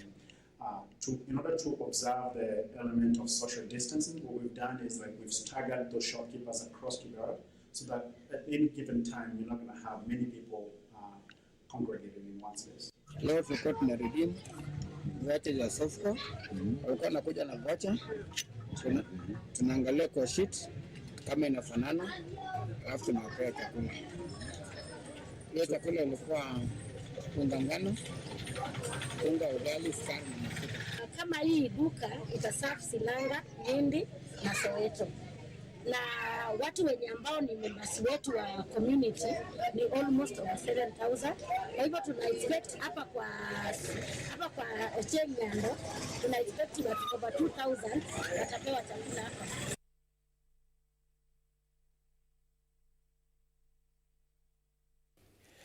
Deputy President William Ruto says Kenyans must learn to respect and accommodate the dreams and aspirations of the youth in the country. Ruto says irrespective of the size, all legitimate businesses must be supported in equal measure. Nijaribu nikuwahi but bado unaona umeniweza, Your Excellency, uko smart sana. Uko smart sana. The Deputy President was speaking at his current residence when he donated work equipment and machines to youth groups drawn from various constituencies in Nairobi County. Sisi hii ni group inajiita Kayaba Strong Sisters. Sisi wana dobi tunafunga na mikono. So sisi tunashukuru sana kwa hii machine, tunajua ita boost hustle yetu. We thank God for you. Yes, na Mungu akubariki sana. The Deputy President called on Kenyans not to discriminate against one another and help uplift small businesses. Lazima tuwe na taifa ambayo ndoto ya kila mtu iko na nafasi ya kutimia. Sisi tunajiita Kayore Raving Center Sisters, tuko Komarok Ward. Tunadeal na salon, kurembesha wa mama nywele. Tunashukuru sana venye umetuboost. Hakuna haja kuchagua kazi, bora ukiunga kwa meza. Tumeshukuru sana, muendelee kushikana hivyo juu hadi mmefanya maizi tunatambulika. Thank you my dear. The donation made by the DP included water tanks, shaving machines, washing machines and shoe shining stations which will be used by the youth to boost their businesses as part of an empowerment program.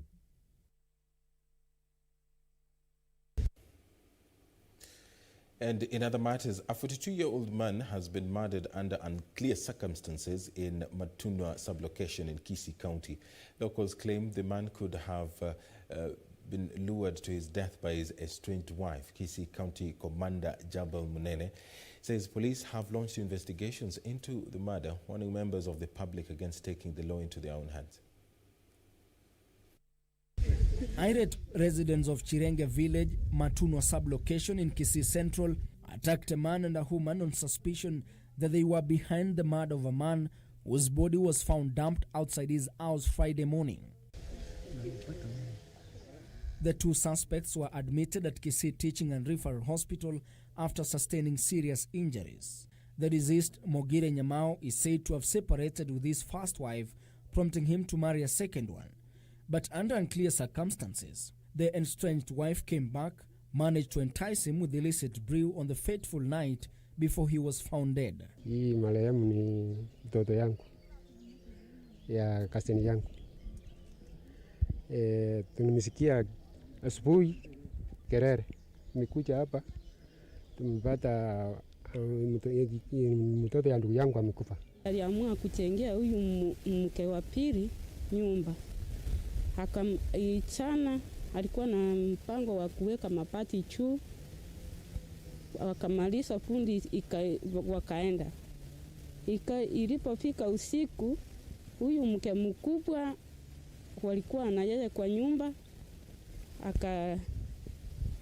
akamuuga na watu wengine. Mimi ni mjukuu wa hii familia. Huyu mwenye amekufa ni ango yangu.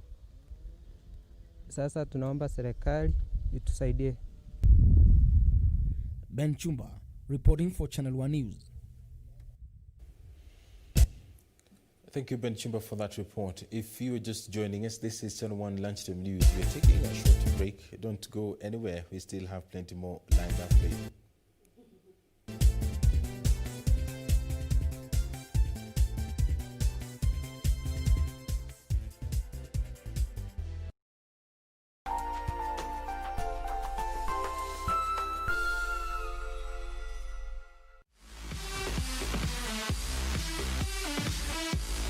The FA Cup is back on your true sports partner KBC Channel 1 with the quarterfinals of the competition set to take place this weekend.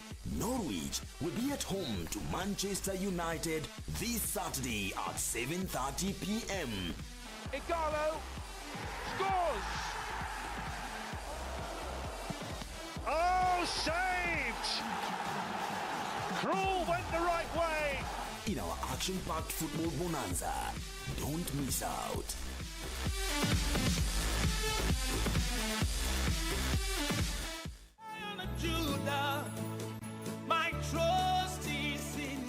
Jumapili hii kwenye runinga ya KBC, ungana naye Askofu Michael Wanderi wa kanisa la Christian Foundation Fellowship Kiambu kuanzia saa 1 hadi saa 2 asubuhi. Ningetaka nikwambie, our Jehovah God, because the Bible says he is the same yesterday, today and forevermore. He is able to take you to a place of abundance. He is able to take you to Rehoboth in the name of Jesus Christ. Kipindi ni neno la neema, ukiletewa naye Askofu Michael Wanderi wa kanisa la Christian Foundation Fellowship Kiambu. Usikose.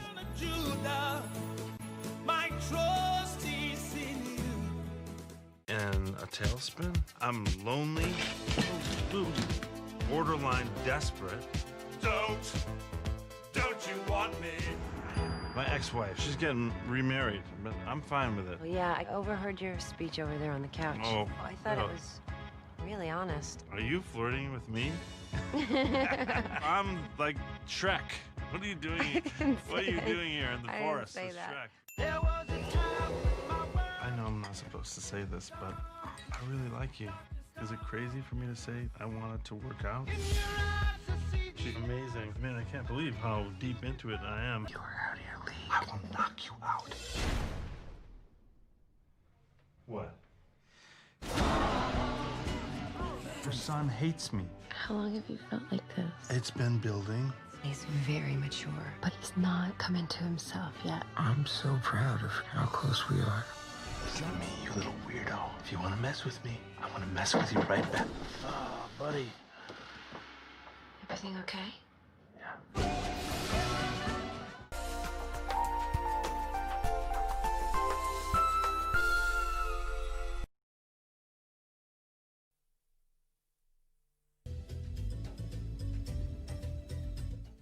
The COVID-19 pandemic continues to devastate travel and tourism industry world over. But all is not lost, at least in the counties. Kitu ya kwanza ni kuheshimu injury checking. Hii inaitwa kirunya. Ilikuwa inatumiwa kuketa wasichana. Beginning June 25th to 28th, we highlight tourism products available in Meru County at 9 p.m. only on KBC Channel 1.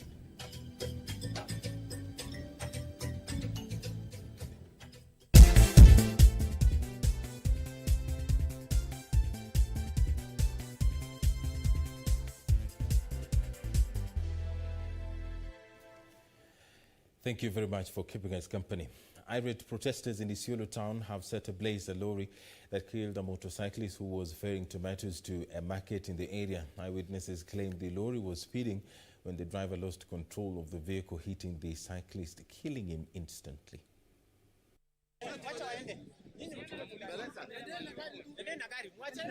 Police in Isiolo town had a rough time trying to contain angry protesters who engaged them in running battles after touching a lorry that hit a man near a market in the town. Very stupid. The officers had to lobby tear gas canisters to disperse the rowdy protesters who retaliated with stones. According to Steve Mbabu, the angry mob touched the vehicle after the driver vanished from the scene of the accident. Sasa hapo mabishano ikawa mingi, au jamii ya huyo kijana alikufa, wakaanza kuulizia mwenye gari. Askari akamwambia ngoja tafadhali, huyo mwenye gari anaweza kuwa hata ameshikwa, ngojeni tu tutazughulikia.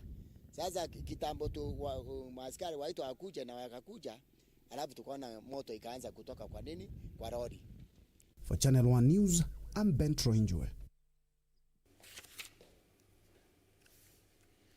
All right, if you're just joining us, this is Channel 1 Lunchtime News, and of course you can keep interacting with us throughout our social media platforms, on Twitter at KBC Channel 1, on Facebook KBC Channel 1. This live broadcast is also streaming on Twitter. And let us take a look at other matters. The National Environment and Management Authority, NEMA, has blamed London Distillers Kenya for the pollution affecting some housing units in Athi River. While appearing before the National Environment Tribunal, the authority said discharge from London Distillers Kenya factory has affected the construction of more than 600 housing units, accumulating to loss of 1.4 billion shillings for investors in the area. Just as much as my offices had been closed.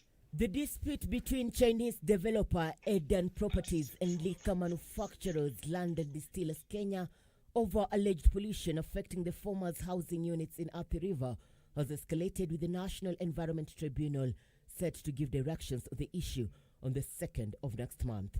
The two firms have been embroiled in a dispute over air pollution and disposal of waste into the waters of River Athi. When was the last time you visited the project site? LDK, not the project site here. I'm talking about London Distillers. I was there yesterday in No, London Distillers. just answer the question. When did you last visit the project site? Which project? Okay.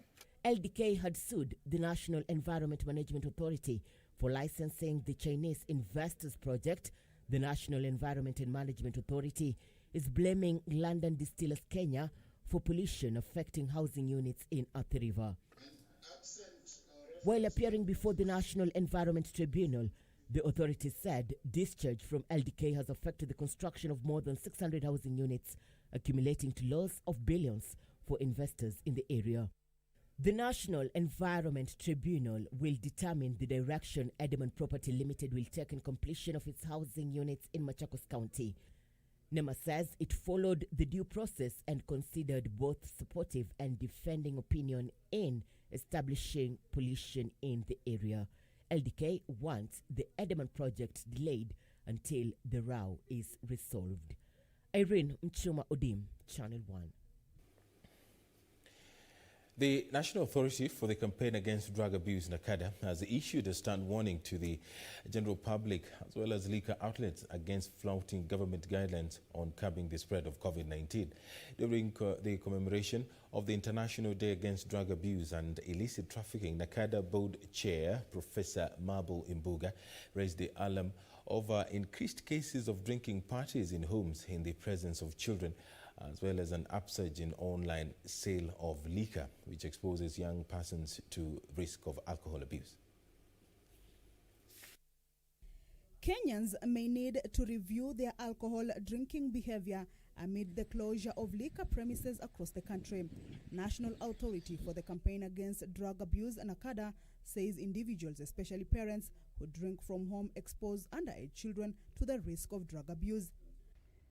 We are particularly concerned over the alcohol drinking behavior characterized by increased cases of drinking bouts in homes in the presence of children, some of whom are carrying out online learning programs.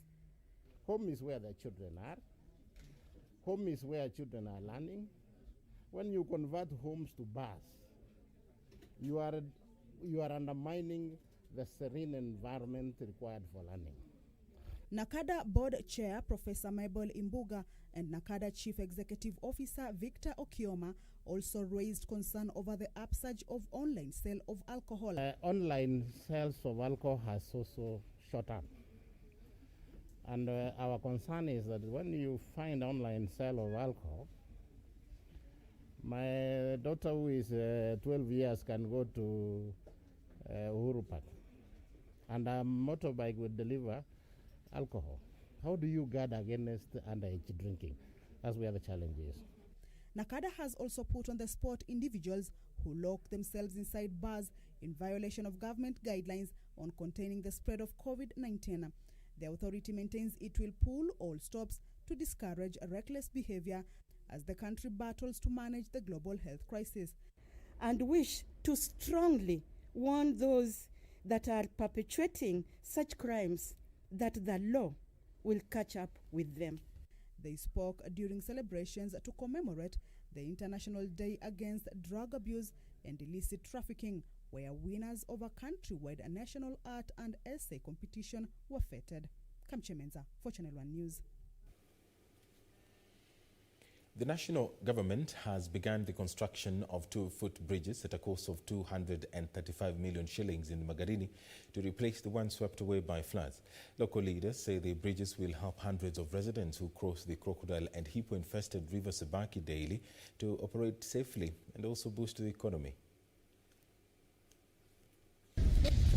It is a sign of relief for Magarini residents who have for months risked their lives crossing the hippo and crocodile-invested River Sabaki after the two main bridges washed away by floods 3 years ago were rebuilt.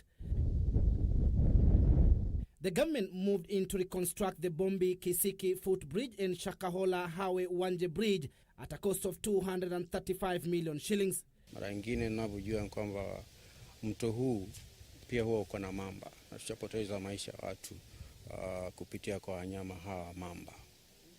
Ndiposa tulipoona hivyo kama viongozi tukaongea na serikali na wakakubali kwamba wangetujengea bridges hizi mbili. Magarini Member of Parliament Michael Kingi called on the government to speed up the funding of projects so that they are completed in the stipulated time frame. Nafikiri kwa sababu sasa shule zimefungwa kwa sababu ya COVID, naomba kwamba waweze kuharakisha, wahakikishe kwamba facilitation hasa kwa contractor iwe inafanywa kwa wakati ili kwamba waweze kumaliza kabla shule zifunguliwe. Speaking during the inspection tour of the bridges, Chief Engineer and Project Manager Engineer Hilary Nyanga says the mini bridges will allow small vehicles to pass through, including ambulances to cater for emergency. Overall works progress is at 54%, and we expect to complete it in the next 3 months at most, so that the residents can have use of the facility. The two former footbridges will now be upgraded into a permanent one. And in other matters, a 26-year-old man in Kilome Village, Makueni County, is demanding justice after Kilome Police Station failed to release his impounded tools of trade, even after he produced a court order. Paul Mutua, who runs a timber business, says despite showing relevant documents from the area forest officer sanctioning him to cut trees, his tools were confiscated and his employees locked up in Kilome Police Station. Every year, the national government allocates 2 billion shillings to vocational training. Principal Secretary in the State Department for Vocational and Technical Training, Dr. Julius Juan, is challenging such institutions to strive to become production units to serve local small-scale trading.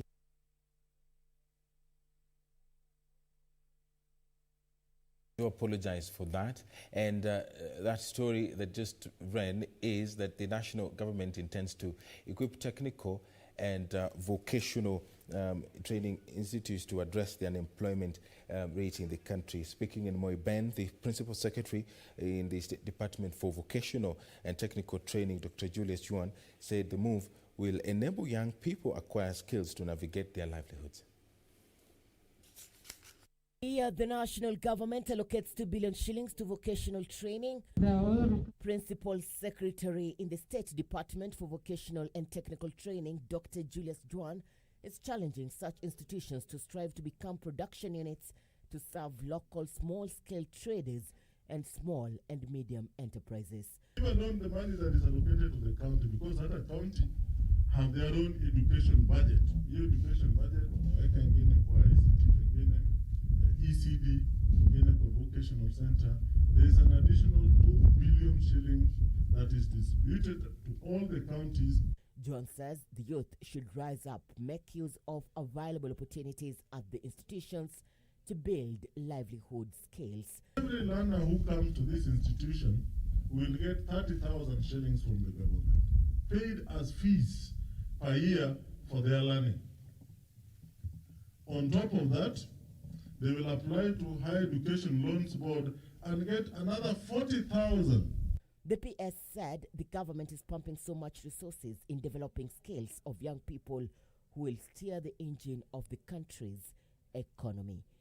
Irene Mchuma Udim, Channel 1.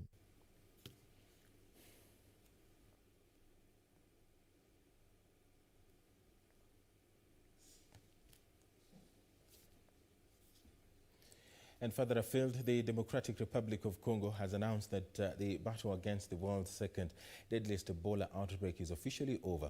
Country's Health Minister Etane Longodo made the announcement after no new cases were reported in the country 42 days since the last survivor tested negative for the deadly virus. After 2 years of battle against Ebola outbreak, the worst ever outbreak of Ebola in the Democratic Republic of Congo has officially been declared over. No new cases of the disease has been reported in the northeast of the country since April 27, 2020. DRC Health Minister Eteni Longondo said about 2,280 people died since the outbreak began in August 2018. Moheti said there are many lessons that have been learned from overcoming Ebola that can be used in the fight against COVID-19. However, DR Congo, which is the size of the mainland Western Europe, is dealing with a fresh Ebola outbreak in the northwest of the country.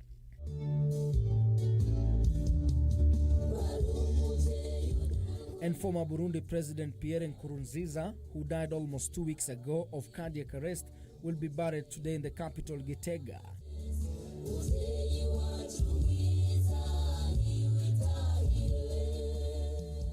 The government has urged the public to be on the roadsides and give him last respects as his has moves from Karusi Hospital, where he died, to Gitega Stadium for the last honors.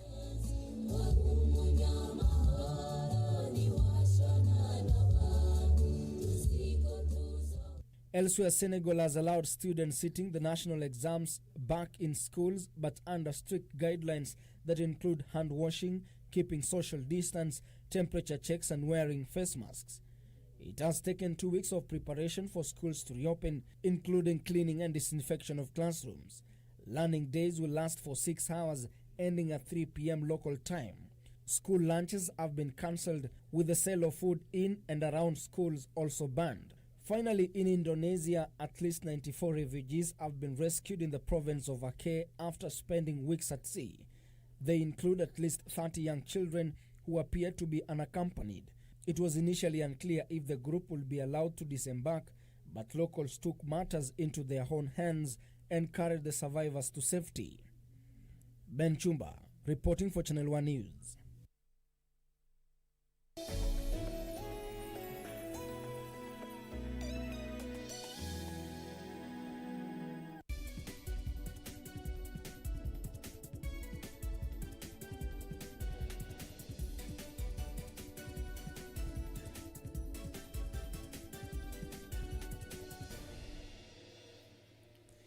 Let's take a look at some business news, where the Monetary Policy Committee has retained the benchmark lending rate at 7% in the third consecutive sitting Thursday, saying the rate remains appropriate to cushion the economy against the adverse effects of COVID-19. The committee noted that policy measures initiated by the National Treasury since March are having intended effect on the economy and will be enhanced. According to MPC. Private sector credit has grown to 8.1% in 12 months to May, with manufacturing, trade, finance and insurance the leading credit flow. Exports also rebounded last month, improving 4.1% between January and May, driven by tea, horticulture and re-exports. MPC further expects inflation to remain within target range in the near term. Dollars in April tripled in May to over $15 billion. CBK cites opening up of mobile transaction channels internationally as a cause for the projected increase in remittances. The banking sector has seen an increase in transactions conducted outside banking halls, rising from 88% of transactions between January to March this year to 94% in May and June, mainly driven by mobile money. So far, banks have restructured 23.4% of the total loan book, totaling 679 billion shillings. Betty Kiptum, Channel 1 Business. And in other business matters, the national government is constructing a 100 million shilling potato cold room at Madaraka in Meru County. Trade and Industry Chief Administrative Secretary Lawrence Karanja says a potato processing factory will also be constructed near the facility to enhance value addition and reduce post-harvest losses. It is estimated that farmers lose 40% of the total farm produce to post-harvest losses. To address this for potato farmers, the government plans to construct 3 cold rooms in Meru, Kisii and Nyandarua counties at a cost of 100 million shillings each. After launching the construction of Olkalau facility in Nyandarua County early this year, the national government has embarked on construction of a similar facility in Madaraka, Meru County, which is set to be commissioned in the next 3 years. Trade and Industry Chief Administrative Secretary Lawrence Karanja says once complete, the facility will go a long way in stabilizing potato prices. Na mnasikia kuwa kitakuwa kikihold tani 600 ya viazi, na nikifanya hesabu yangu ni karibu kama hizi lori za 33 karibu lori 300 zitakuwa zikiwekwa hapa. Therefore mtaweza wakati mnavuna viazi vyenu, ukiona hazina soko hazitaharibika. Mradi huu utachangia pakubwa kwa kupromote food security, sababu wakati unalima chakula na hauwezi kuhifadhi ndio uweze kutumia siku ya leo na siku ya usoni, itabidi uuze hiyo chakula haraka, na pia it will compromise your food security.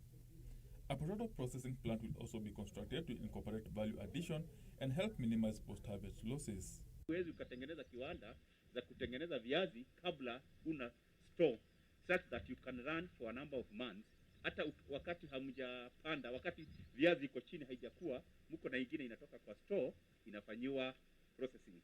Vile ambavyo wakulima wetu tunawaambia sasa, ukulima si tu a social activity.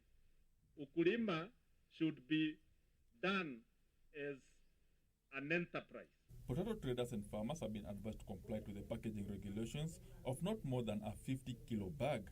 Benson Rioba reporting for Channel 1 Business.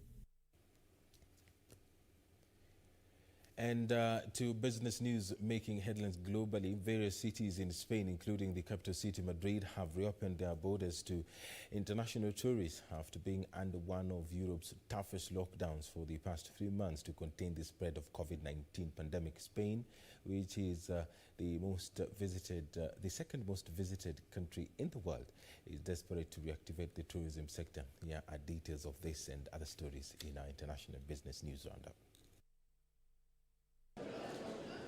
Spain has taken strict prevention measures after reopening of its borders. Every passenger that enters the Madrid-Barajas airport has to answer a set of questions before being cleared for immigration. The airports have also received a major makeover to abide to the social distancing measures as well as to ensure the safety of passengers and staff alike. However, despite all the measures, many tourists still feel unsafe about traveling and being in crowds.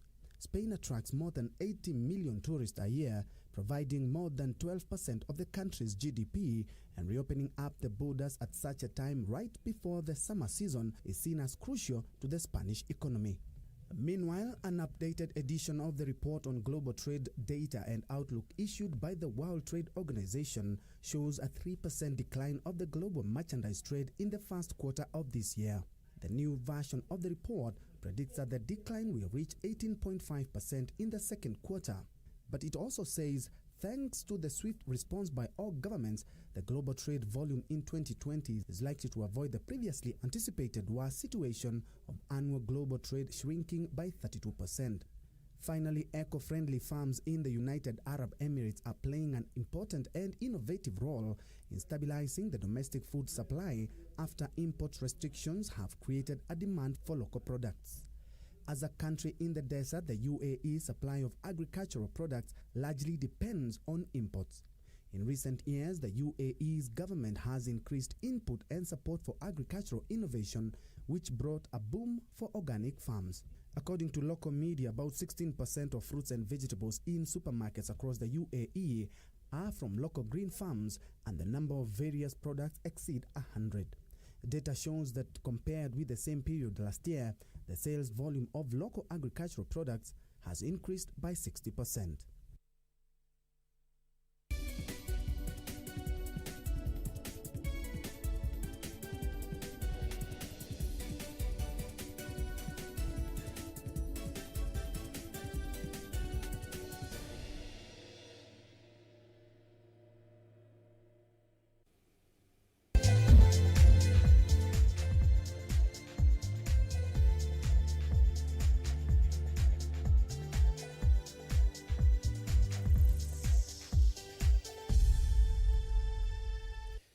Time for sports. Liverpool's 30-year wait for a top-flight title is over after Manchester City lost to Chelsea 2-1 to hand the Reds the Premier League title. Jurgen Klopp's side needed one victory to seal the league, but City's failure to win means they cannot be caught.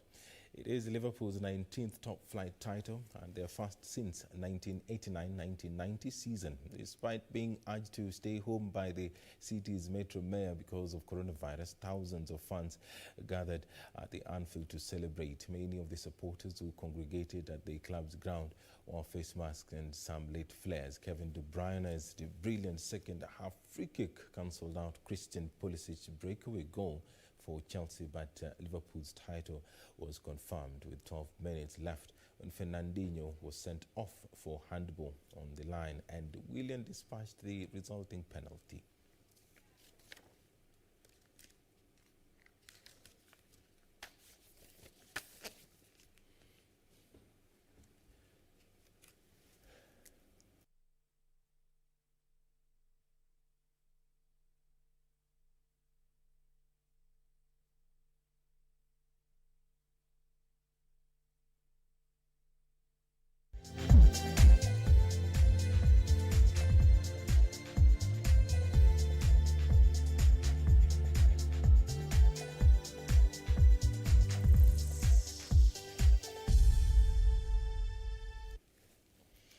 And a very big congratulations to Liverpool fans, led by Suleiman Yeri and Khalid Abdullahi and Rufus Hunja. Thank you very much for joining us for this edition of Channel 1 Lunchtime News. Good afternoon.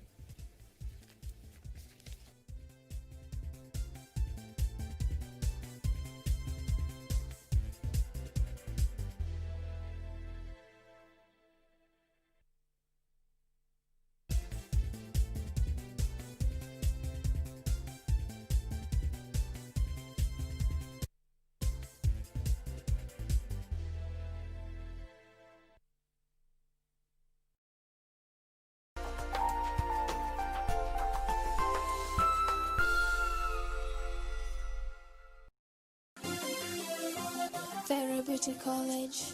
Vera Beauty and Fashion College, with branches in Nairobi, Eldoret, Thika, and Meru.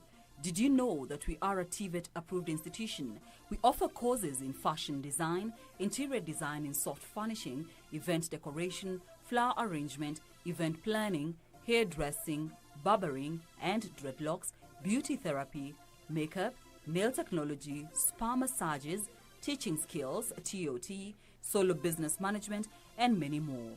Register now and visit our website on www.verabeautycollege.com.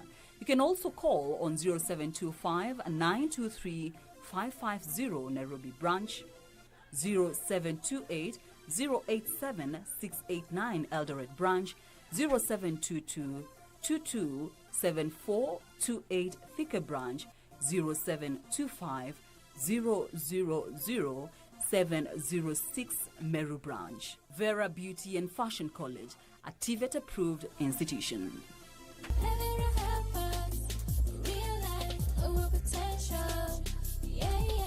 Tonight on KBC Channel 1. Yo, muliitisha mtu wangu na tukawapatia. Mwenzako I feel so good, pindi nikikuona. Top Mashariki, mpango mzima, kipindi ambacho kinakupatia burudani katika kanda Afrika Mashariki.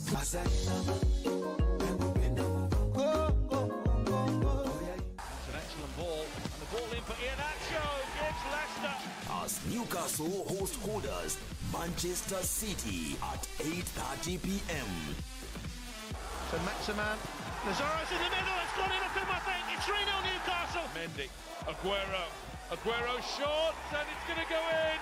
It is a double treat you can't afford to miss. Don't miss out.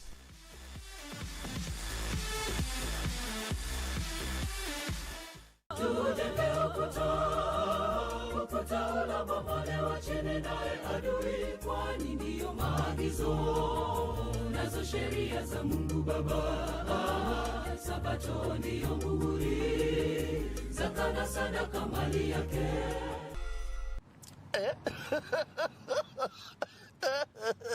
My friend, umewahi kudanganywa? Umewahi kudanganywa? Sahi ile uongo unaenda kupewa sahi ni kilo 8. Sahi tu hiyo ukitumia credit yako. Ile uongo unaenda kupewa kwa hii simu. Mako. Kupata umewahi danganywa, bonyeza star 811 star 965 hash. Bonyeza star 811 star 965 Usiseme ziko guapi. It's an excellent ball, and the ball in for Iheanacho gives Leicester. As Newcastle host holders Manchester City at 8:30 p.m. So Maximan, Lazzaro's in the middle, it's gone in off him, I think. It's 3-0 Newcastle. Mendy, Aguero short, and it's going to go in. It is a double treat you can't afford to miss. Don't miss out.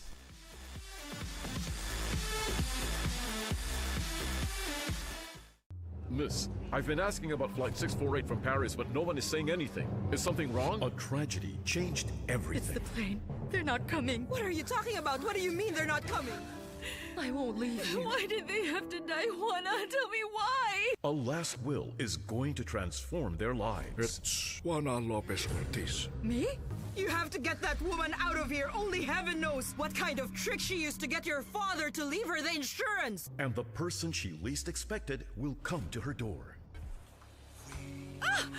Hey! Ouch! Be careful. Slowly. Oh, no. Slowly. In love with Ramon.